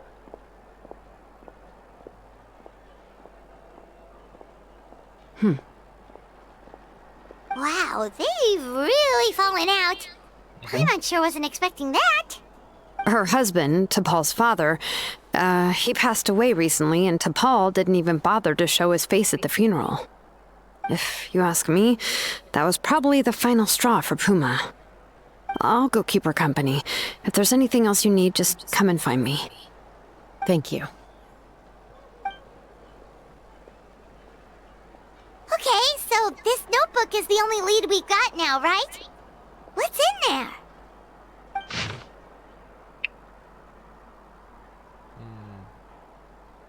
His hot air balloon.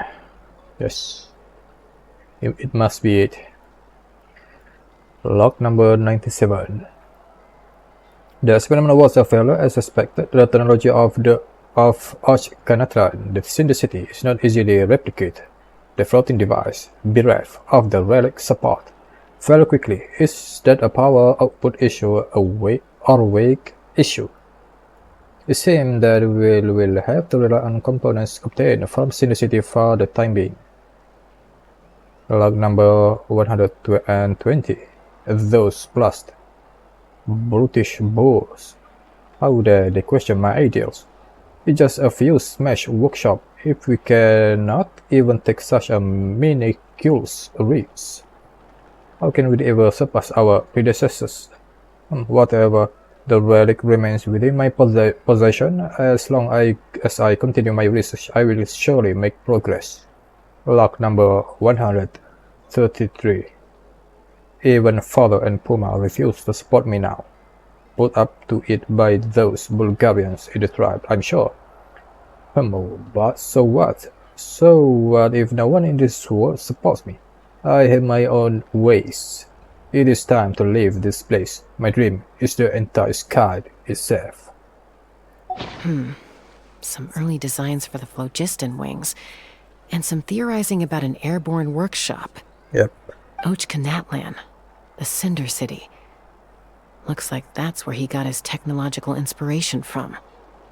So, was he serious about the workshop in the sky? But that's such a big project for one person. Do we think he actually pulled it off? Yeah, actually look at that balloon sketch. Haven't we seen that somewhere before? Yes, we have seen that. The one from the trial arena that was super high up!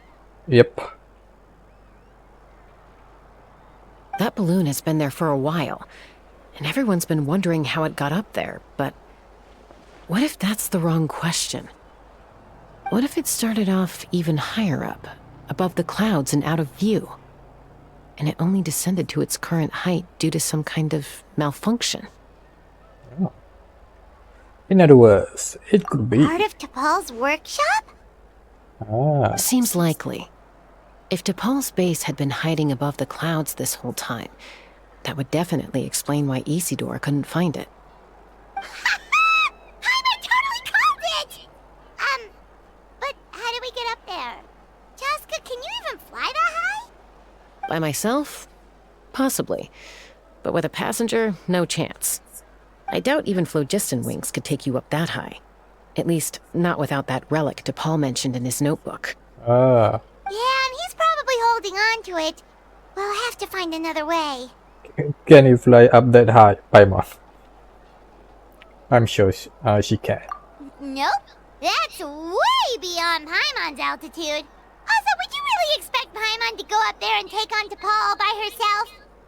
Now's your time to shine, Paimon. Let's not worry. Just because we can't think of a solution doesn't mean no one else can. I'm not the only flying expert in my tribe, you know. Oh, good point. We should go ask Elder Allpa. And Mutoda. He was quite the flying ace back in the day, too. Let's head back and see what they suggest. Okay. Let's go. This. The pause.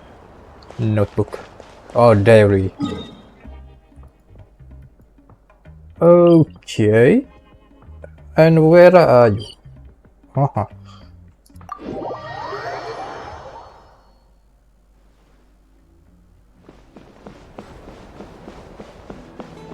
Guys, we have some info. Mutoda. Chasca, you're finally back. Things are getting really tense in the tribe. Have you made any headway with your investigation? Yep. Some people even think we arrested the merchants just to support the flying squad and crack down on the phlogiston wings. If things are still escalating, even though we have rounded up the merchants, maybe there are other parties out there fanning the flames too. We found some promising leads, but there's a major obstacle standing between us and the irrefutable evidence we need. Just explain what you found out about T'Pol and your theory. From the Cinder City? So Khan's still managing to sow discord, even after all these years. An airborne workshop and a hot air balloon above the trial arena. And that's where you're trying to get to now? Any ideas how we can get up there? Neither phlogiston wings nor a Qucusaurus can take you that high up. Do you really think that's where T'Pol is hiding? We could see. You know what? There might just be a way. Really? Do you still remember those spouts in the arena? When they were all blocked, the gaseous phlogiston was trapped and unable to flow. But now, it's flowing freely. If we were to block them up again... You mean all of them except the one at the very top of the arena? To build up the pressure there? Precisely. With all the gaseous phlogiston flowing through one spout, it would create a high-pressure wind current. And then we just ride it up into the sky! Yes, it has its risks, but with Chasca's abilities, I think she could manage it. It's an extremely risky approach, but I agree that it's feasible. Let's go. If you want to give it a try, check with Inkanak at the trial grounds. She can explain how to block the spouts. Oh. Chasca, if anyone has a hope of seizing this evidence from the high heavens, it is you. Gotcha. Inkanak. More yapping. Dang, bro.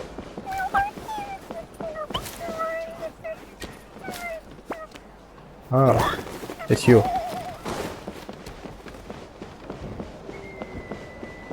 Take me up!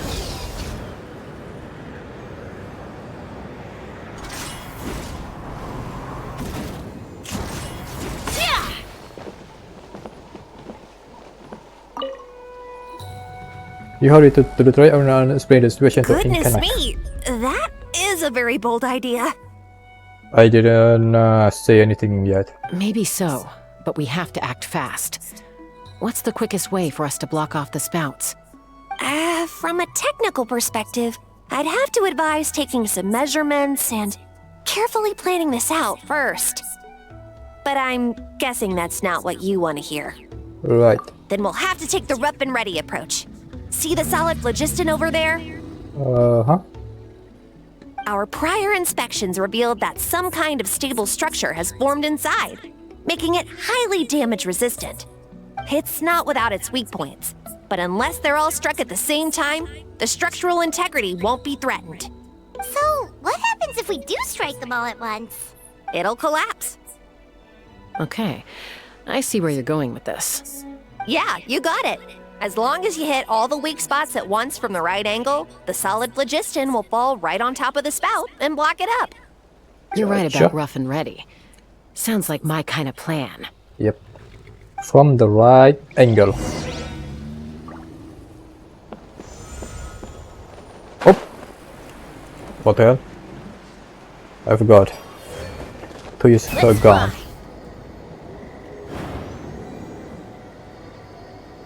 Look! There's a chunk of solid phlogiston right over that spout!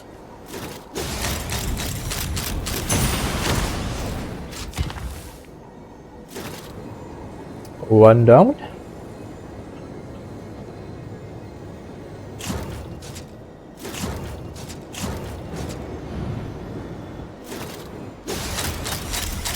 Open fire! One more.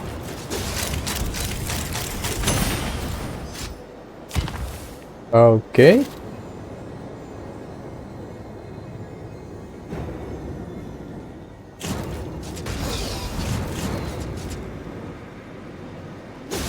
Open fire! So far.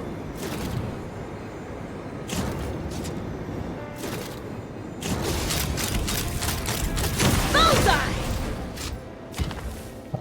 Alright. Go to the top.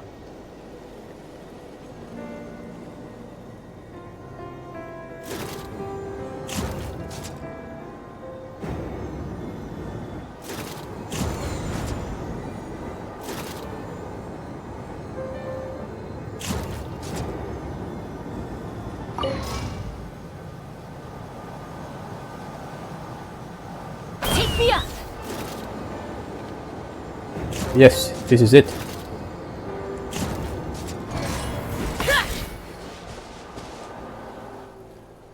actually worked!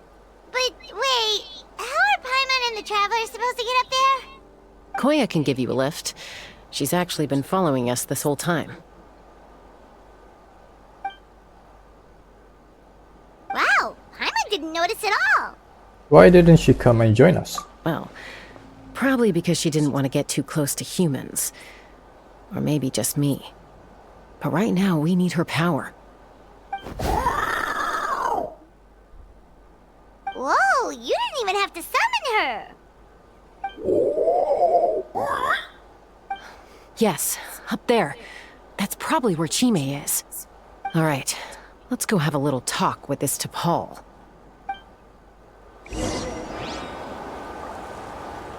Let's do it. And where is Koya? Where? Koya? Koya? Nope.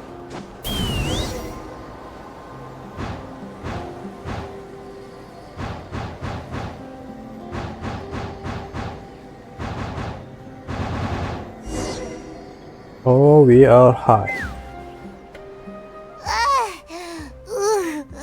Haven't ever flown that fast before. She feels so ready to throw up. At least we made it in one piece. Aha. Just as I thought.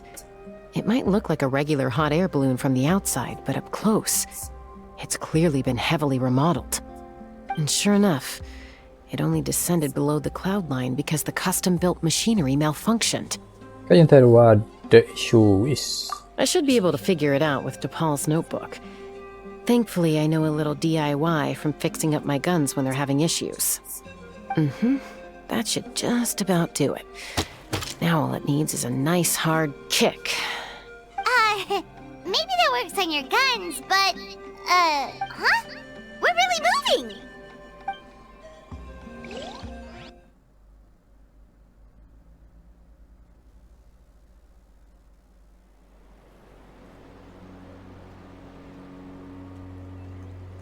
Here it is! The workshop in the sky! Oh, you gotta see it to believe it. Oh, that's an island. That's big. Makes you wonder why T'Pol even bothers with phlogiston wings when he has tech like this. Well, according to the notebook, the platform beneath us runs on components from the Cinder City. Those can't be mass-produced. Also, I have some doubts about its mobility after seeing how it moved just now. For someone like T'Pol who dreams of flying freely, this definitely doesn't cut it. But if he's got that relic, he should be able to make a set of prototype wings for himself, right? Why bother making a whole flying workshop so he can mass-produce them? If he can come and go freely from this workshop, he's probably already built those prototype wings for himself. But this doesn't add up. If he's already achieved the power of flight, then he must have bigger dreams we don't know about. But what? Oh. With any luck, we'll find the answers in his workshop. Mm-hmm. What is the T'Pol's planning?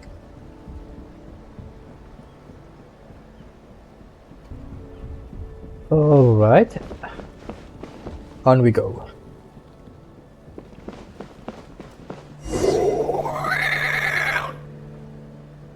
What? Qucusaurus!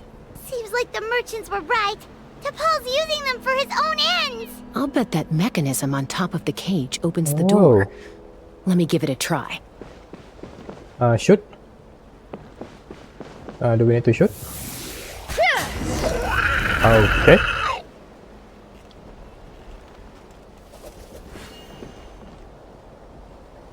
You good? It's good.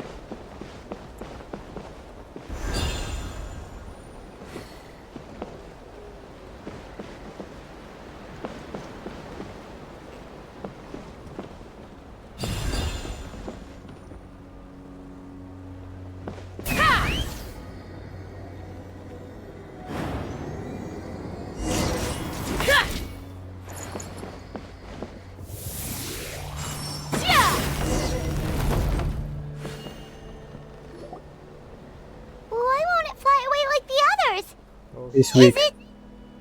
He's injured. She's still breathing, but barely. By the looks of it, T'Pol was using these cages to extract phlogiston from the Qucusaurus. Once a Qucusaur is drained of phlogiston, it becomes too weak to move. We'll have to come back for these ones after dealing with T'Pol. There's another notebook. Here. Let me see. Looks like a record of his phlogiston research. Log number 330. With the support of... I was finally able to launch the airborne workshop. Even though it relies on the relic for 80% of its power supply, I've at least taken the first step. Log number 348. Research on the relic is progressing well. I should be able to replicate the technology and scale up production very soon. Has proposed a name for this groundbreaking invention, the phlogiston wings. I think I'm getting close. Soon I will achieve my dreams. Log number 377. Encountered some issues with the new smaller model phlogiston wings. The gaseous phlogiston showed some volatility during the refinement process. Thinks we should proceed at a more cautious pace with the refinement experiments. But after so many past failures, I have to prove that I will succeed this time. Log number 114. Ran an experiment using Qucusaurus to refine gaseous phlogiston. It was a success. Log number 117. I've started recruiting merchants and hunters to capture wild Qucusaurs. Log number 121. Major breakthrough in the efficiency of phlogiston yield. Huh? So many parts have been crossed out! Based on the context, it should be someone's name. Yeah, Probably the contact he alluded to in his other notebook. Guess he has a benefactor. Okay. Did anyone else notice how the numbering system in this notebook suddenly changed halfway through? Yeah, and the third seemed to change a lot too. We haven't got time for textual analysis, I'm afraid. Grab the notebook and let's press on. Let's go.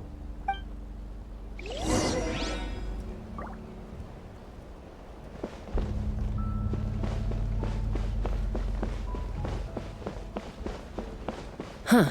Never seen one of these before. Looks like this was built with the Cinder City components, too. You're not thinking of giving it a nice hard kick, are you?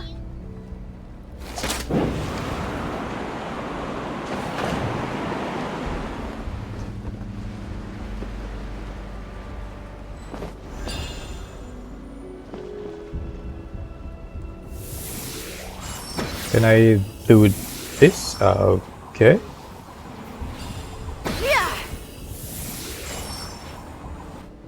Take me up! Alright, on we go. Whoa! What's that mechanism doing? It's asking for a nice hard kick where it hurts. Aim for the weak spot.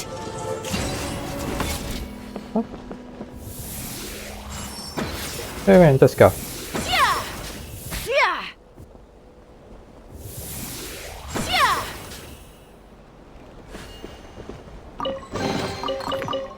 Thank you.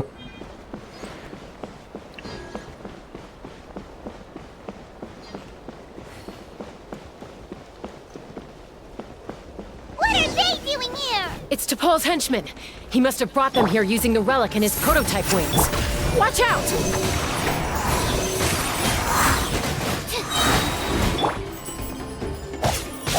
Nope.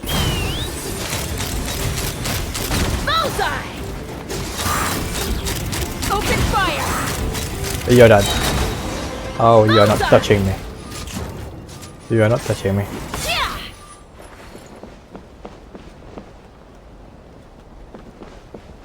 Anything? No.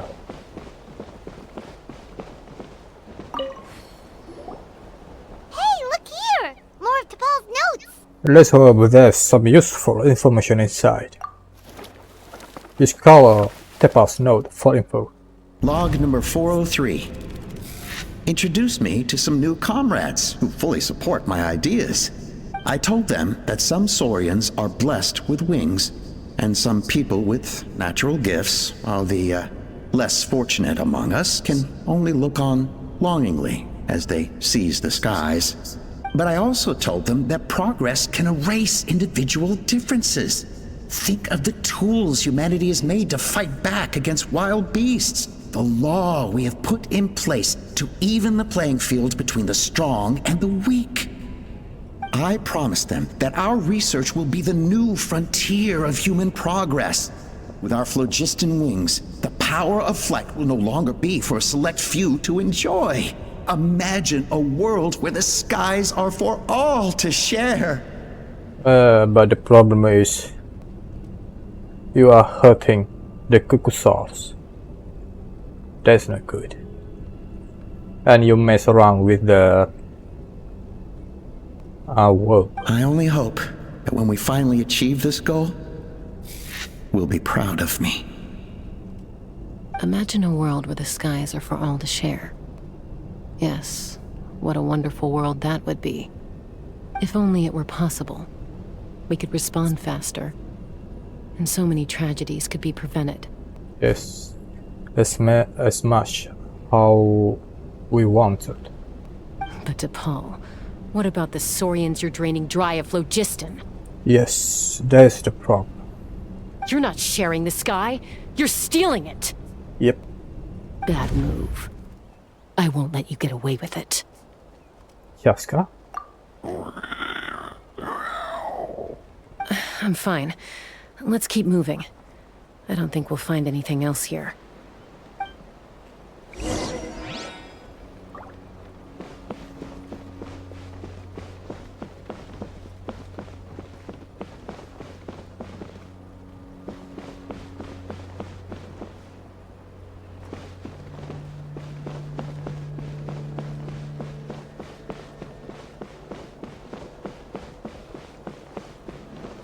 Where are we right now? Oh, it doesn't show. It doesn't show where.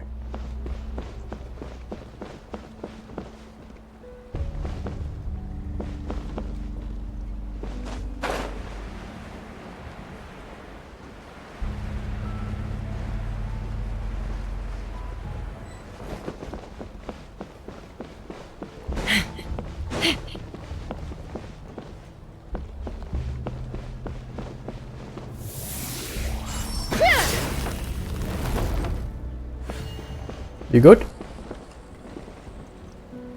Oh, it's weak too.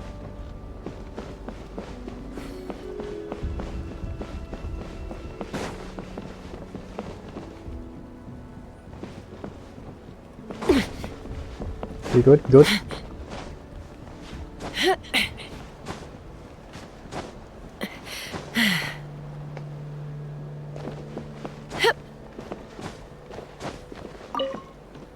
Give me that cabbage.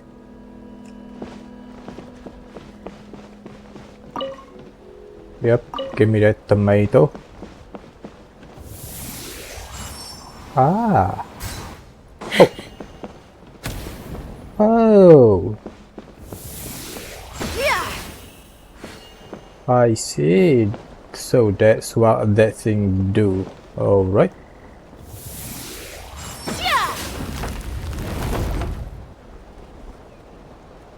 Yay, you are free now.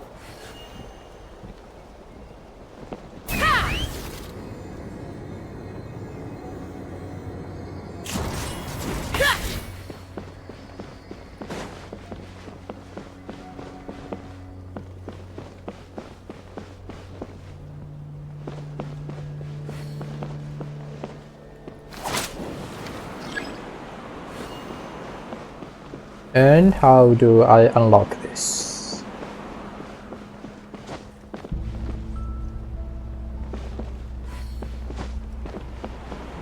Uh-huh.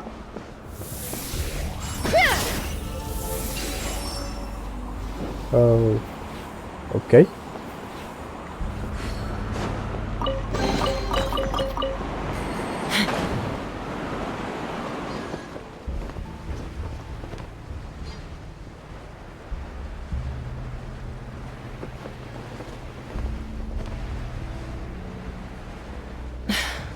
I can't believe he captured so many Qucusaurus.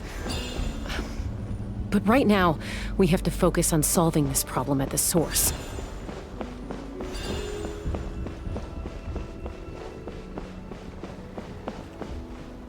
This is the arena. Alright. Looks like we've reached the center of the workshop. And still no sign of Koya's baby.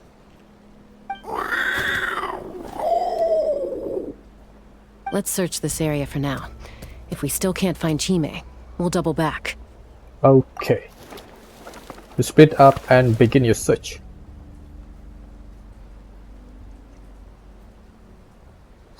Chasca, Traveler, come quick! What is it? Did you find Chime? Not yet, but look! It's another one of T'Pol's notebooks! Let's give it a read, just in case it gives us more any clues on Chime's whereabouts. Alright.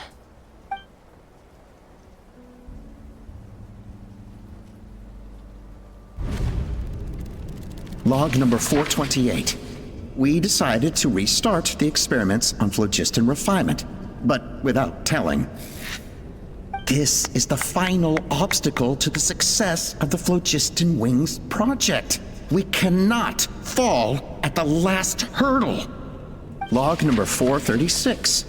Earlier today, suggested using Qucusaurus as an intermediary to extract refined phlogiston. It's certainly feasible, but... Anyway, as long as our secret experiment succeeds, I'm sure won't bring it up again. Log number 443. We will conduct the experiment tomorrow. birthday is coming up, so hopefully we'll have a birthday surprise for her. Log number 444. Huh? Why is this log empty? I guess whoever wrote down the log number was prevented from recording the results. Desma, let's keep reading.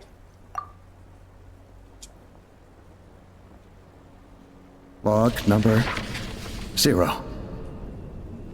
We lost many comrades in the accident. Among them are friends, lovers, and children. But we cannot stop now. We will keep their legacy alive and carry their dreams forward. As of today, we are scrapping the artificial refinement method. Instead, we will focus all our efforts on phlogiston extraction from live Qucusaurus.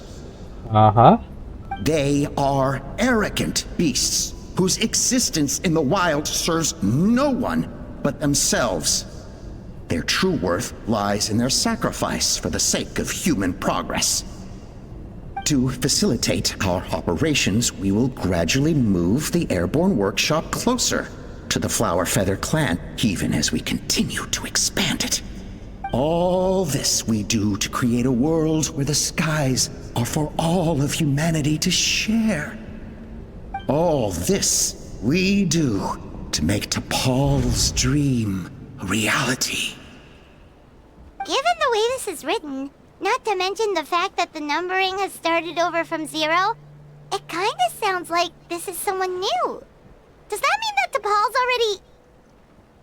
But in that case, who have we been pursuing? There's also a letter tucked in the end of the notebook. It's from Puma.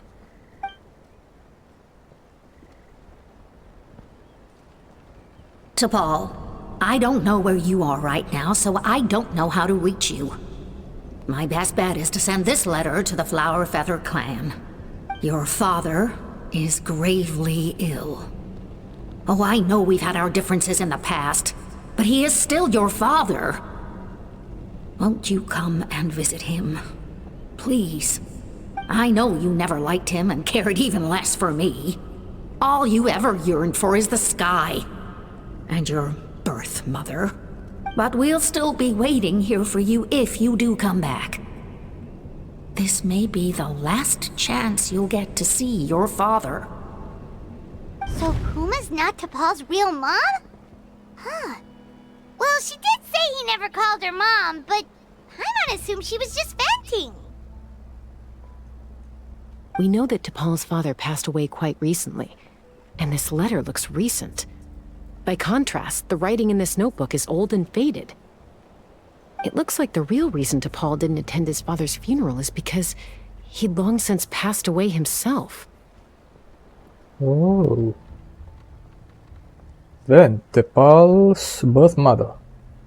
Then the benefactor who found this workshop. Then the real ringleader behind all of this. It's not If we T'Pol? ask ourselves why this letter was sent to the Flower Feather clan, why T'Pol always yearned for the sky, and how he got his hands on a relic from the Cinder City, it all points to one answer. That's right. T'Pol was my child. He was born during my days as a wingless wanderer. His birth gave me new hope. I wanted to become the kind of mother who spent her days as a valiant rider, soaring the skies. Not an aimless, wingless nobody. No. That's Allpa. That's Allpa. What? But his father wanted to settle down, to give his child a safe, sheltered life in his tribe. We fought about it constantly, until the love we once had for each other was gone. He started a new family, with another traveler who was also looking to return home. And I went back to the Flower Feather clan, alone. Allpa? I had no idea that despite being raised among the children of echoes, my child still harbored dreams of the skies. Can you imagine, Chasca? The joy and surprise I felt when he showed up at my door, asking to join the flying trials. Ah. Or how proud I was when he said he wanted to prove his own worth, rather than relying on my position as elder. And then the anguish that overcame me when he was rejected by the Qucusaurus and became wingless, just as I had after my injury. You've got a lot of nerve showing your face here. Don't take this the wrong way, Chasca. I'm not here for a fight. I just want to talk. Isn't that your preferred way to resolve things? I trust you've learned of T'Pol's wish on your way here. A world where the skies are for all of humanity to share. If only his dream can be realized, no one will ever have to lose their wings again. Our aerial prowess will be greater than ever before. War will never again come at such a great cost. The loss of Koichi is a tragedy that need never be repeated. Oh. No, she's dead. Allpa. She's long gone. So tell me, Chasca. Do you really wish to see the phlogiston wings forever grounded and gathering dust? Nothing you've said excuses all the conflict you've caused. You mean the argument back at the tribe? It was a necessary measure. Sometimes this is the only way to accelerate the pace of progress. No, no, no, no, nope. You are hurting others. Yep. That's right, Koya, I agree. Is a mother harming her children when she coaxes them into swallowing a bitter pill? Of course not. It is a brief moment of suffering for the greater good, and the child would come to understand this in due course. The phlogiston wings are that bitter pill. We will never progress as a tribe if we cling to the scraps the Qucusaurus offer us. You are just blinded. Once the people have embraced the phlogiston wings, they will never look back. Even if they learn how the refined phlogiston is sourced, they will convince themselves that the sacrifice of a few Qucusaurs is a small price to pay for our dominion over the skies. You are blinded. But this I had not anticipated. I barely had the chance to introduce the phlogiston wings to the tribe before you found this place. Your plan was hardly foolproof. Yet, it can still be salvaged. Chasca, traveler, you are the hope of humanity. I'm sure you have your doubts about my methods, but know that my love for humanity and for Natlan is genuine. You know me, Chasca, and you know that I've always treated everyone in the Flower Feather clan as my own children. There's not an excuse by hurting others. As fellow humans. Surely you can understand my perspective. It's definitely food for thought. You wish. Hey, quit the quips! This is serious! Allpa, Natlan doesn't belong to humans alone. And truthfully, neither do I. How many times has the Abyss invaded Natlan now? And yet despite how much stronger it is than us, Natlan still stands as a nation of humans and saurians. Peace imposed by force will crumble in a matter of days, because social bonds are what hold a civilization together. Weren't you the one that taught me that? Yep. And yet you would break the bond we share with our saurian companions to take more power for ourselves? That's as stupid as hacking your own arm off to use it as a club. They are wild beasts, driven purely by instinct. How could they possibly understand human social bonds?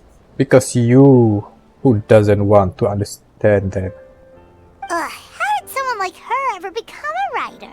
Yeah, maybe Qucusaurus is not so different from ours. Because clearly she had them full too. You overestimate them.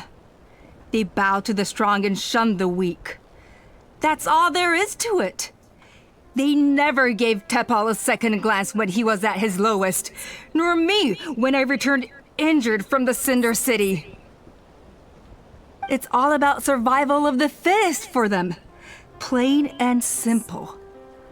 They obeyed me once I proved myself stronger than them, but the moment it serves them better, they'll abandon me in a heartbeat. I assume she forced them. You're wrong, Allpa. They only reject the Wingless because they don't want to fly anyone to their death. Okay. Chasca, I will promise you this. Only the unruliest wild Qucusaurus will be used for phlogiston extraction. The ones who have nothing else to offer to humanity. Well, that's too bad. Because I know a few unruly wild Qucusaurus who don't think that idea is gonna fly. Namely my mom, my sister, and me. And the others? To us, they're friends, family, even children.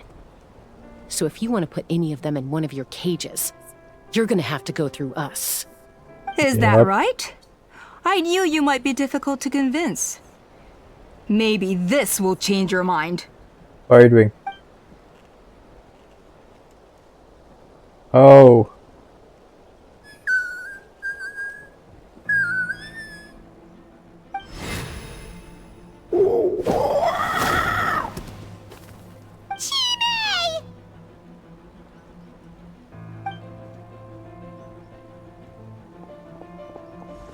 Allpa! Careful! Don't make any rash decisions. Unless you want to see her suffer.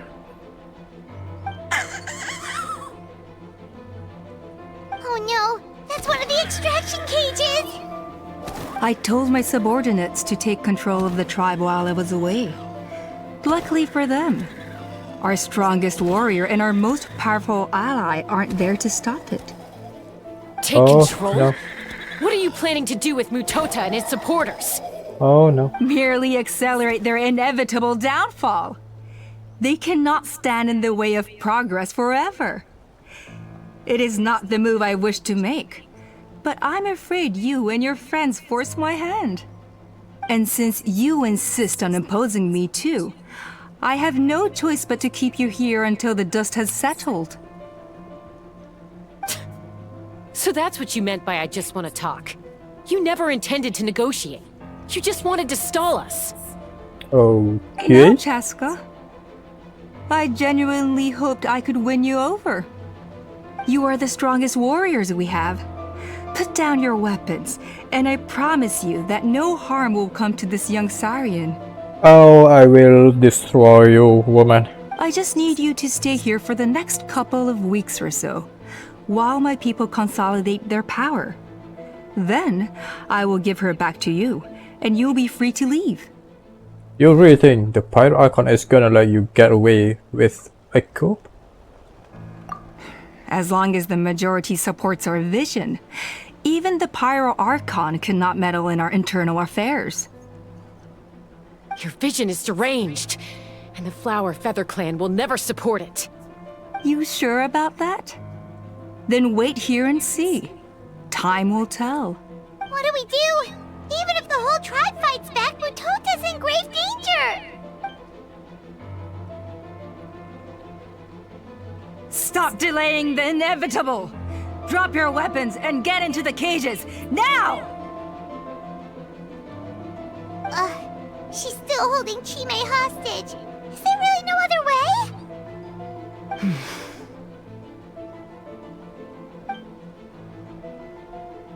Huh? Oh?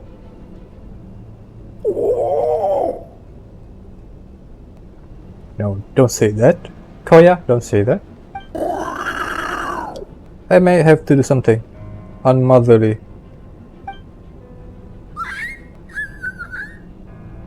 Do it, Mom. I don't want to be a burden. What kind of a warrior would that make me? Koya?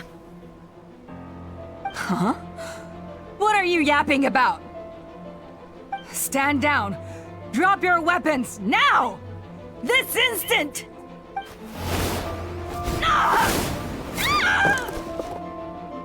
No! The relic! Aether? Go.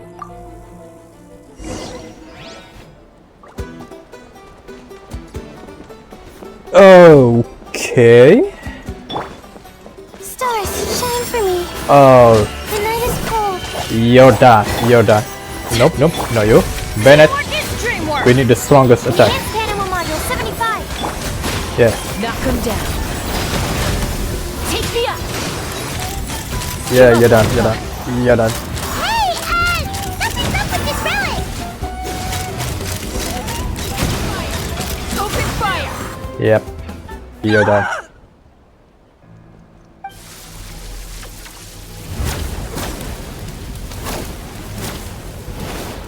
Uh-huh. That's not good. What is she doing? She'll bring us all down with her. But why? We stabilized the relic.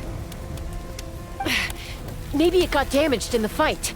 If we don't think of something fast, this whole workshop is gonna fall apart. No. They're directly beneath us. My beloved tribe. Leave the workshop to me. You deal with the relic. If we don't solve the problem at the source, this whole place will come crashing down. Okay,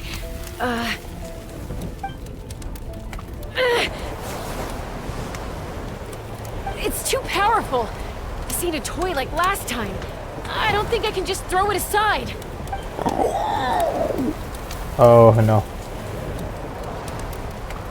Koya. But we need to get it far away before it explodes. Then the tribe will be safe, and so will this workshop. Koya will sacrifice herself. Koya, remember when we were kids? Come on, let's take this thing high up into the sky. Don't worry, I know I can get rid of it before it explodes. We're talking some surface wounds at most. All I need is for you to catch me at the end. Just like old times. I can't hold it back anymore. We have to go. Don't be insane! Allpa attacks Chasca from behind, where the village is going wild. Allpa, what are you? You're a fool, Chasca! Why would you choose such a risky solution? We cannot entrust the safety of our tribe to this wild Saurian!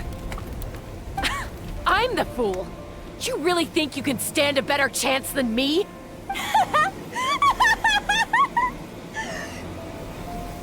Sure, it may be asking too much for an ex-Wingless to escape the blast radius in time, but I can fly it a safe distance away, even if it's the last thing I do.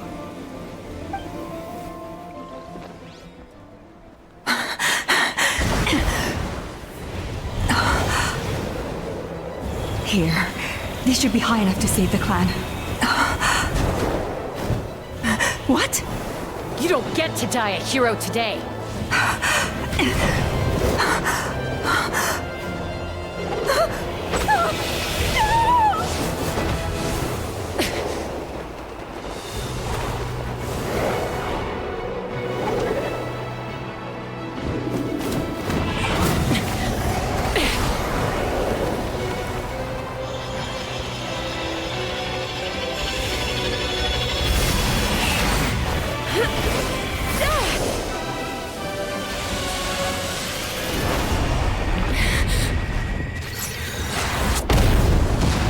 No.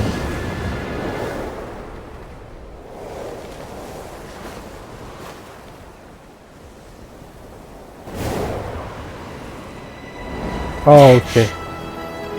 It's okay.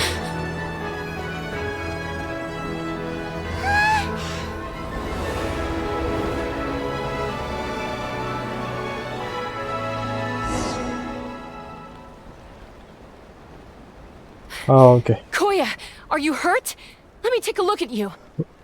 We good, we good. She's okay.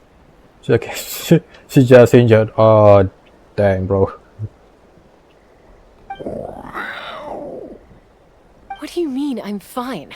Didn't I tell you to catch me on your back? Why did you try to shield me from the blast? Accident? Yeah, right. Seriously, you're as stubborn as ever. Chasca, Koya! Okay, we good, How are we things good. looking here? All taken care of. All it took was a little DIY. What do you mean? Oh. I think that's putting I it mildly. see. I owe you one. Again. Yes, Ethan, that's my boy. Finally.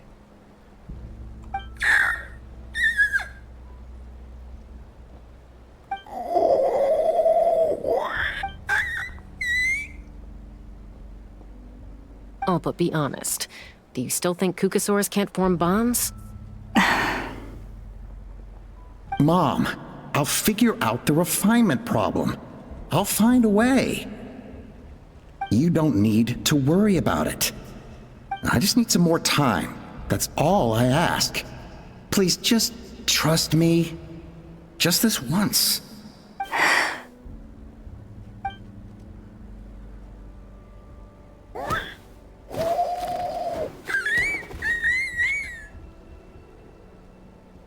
Yep, it's okay. The Flower Feather Clan yield to the strong. And it's up to the winners to define what strength means. So it looks like it's my turn to yield.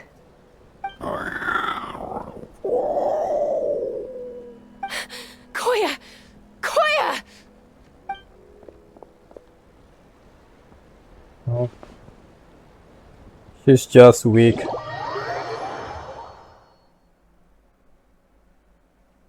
Okay. So, you're absolutely sure it's not because of the explosion? Yes, for the 10,000th time, I'm sure. The blast barely touched her. The reason she fainted was old injuries playing up, compounded by overexertion in recent days.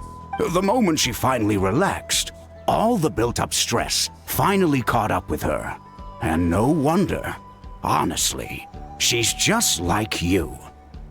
Anyway, now you know how we feel when you go off risking life and limb.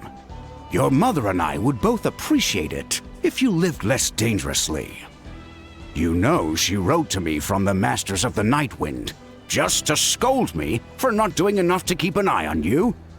If she wasn't so busy with work, you can bet she'd come back here and chew us both out in person. I'll find an opportunity to apologize to her. I promise. You'd better. No more avoiding us, okay? And don't get me started on all the checkups you've missed. Got it. Got it. Huh? Koya? You're awake. I'll go let everyone know. Hey, but we're not done talking. What are we gonna do with her, Even after everything that's happened, she still hasn't figured out how to start the conversation with you. She keeps saying, I don't think Koya has forgiven me yet. But if you ask me, she's the one who's scared to open up and have an honest conversation. For all her confidence, she's a very sensitive soul underneath. You'd think as a peacemaker, she of all people would know how to reconcile with her family after a falling out. She must have been a handful growing up. Thank you for being there for her. And of course, thank you for keeping her safe when you were up there in the sky. Koya, Uncle Cusco, we're here! What were you talking about just now? Ha! I was just telling her that she's not to go chasing danger with Chasca ever again. Cusco, I understand how you must feel. But it's all thanks to Koya and Chasca's efforts that the airborne workshop didn't come crashing down on our heads. Oh, Paimon almost forgot to ask. They didn't hurt you while we were gone, did they? Thankfully, when her co-conspirators tried to arrest me, I was out coaching Koyer and Junan. The two of them were a huge help. They took care of things while I went around rallying the resistance. So, in the end, Allpa's would-be revolt didn't really get off the ground. And as it turns out, not all of the Wingless want to see our dear Saurian friends replaced with phlogiston-powered gizmos. I'm so sorry you got mixed up in this, by the way. We should have caught on to Allpa's scheme sooner. We could have saved so many Qucusaurus from getting hurt. Most of the airborne workshop has now been dismantled. We've just left one small, harmless part intact, and repurposed it as a jail for Allpa and her cronies. Let's see how they like being locked up in a sky prison. All the tables have turned. They got a taste of their own medicine. So, it looks like there's just one last conflict left to resolve. Peacemaker, you're up. What? I said I had to wait until things had blown over, didn't I? And now they have. But I still have no idea what to say. Koya, I just want to say, I'm sorry for how things went down back then. There's nothing to be sorry about. Human or Saurian, we all grow up and form new bonds with a new family and friends. And now I have come to understand why you chose to stay among the humans. Huh? Does this mean you're not mad at me anymore? That's right. There's that family likeness coming through again. Paimon, zip it. But that day when we ran into each other. Alright, I admit I was angry in that moment. I thought you were their accomplice. Huh? So then, when did you finally make your peace with it? Uh-huh. Mom? Hey, slow down. Oh, it's Chime and Chimpu. They're here too. Mom, are you okay? Chime. Mom is fine, love. We are all doing well.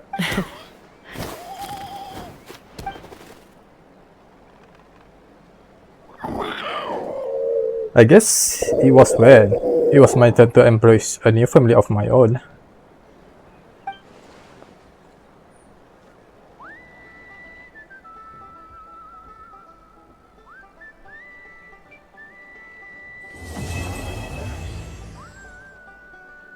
Alright.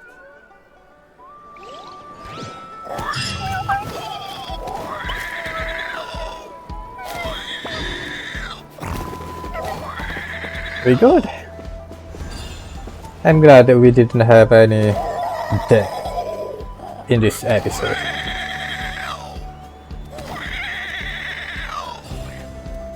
That's it, I think. For this, yep. We have completed the Flower Feather Clan reputation. Yes.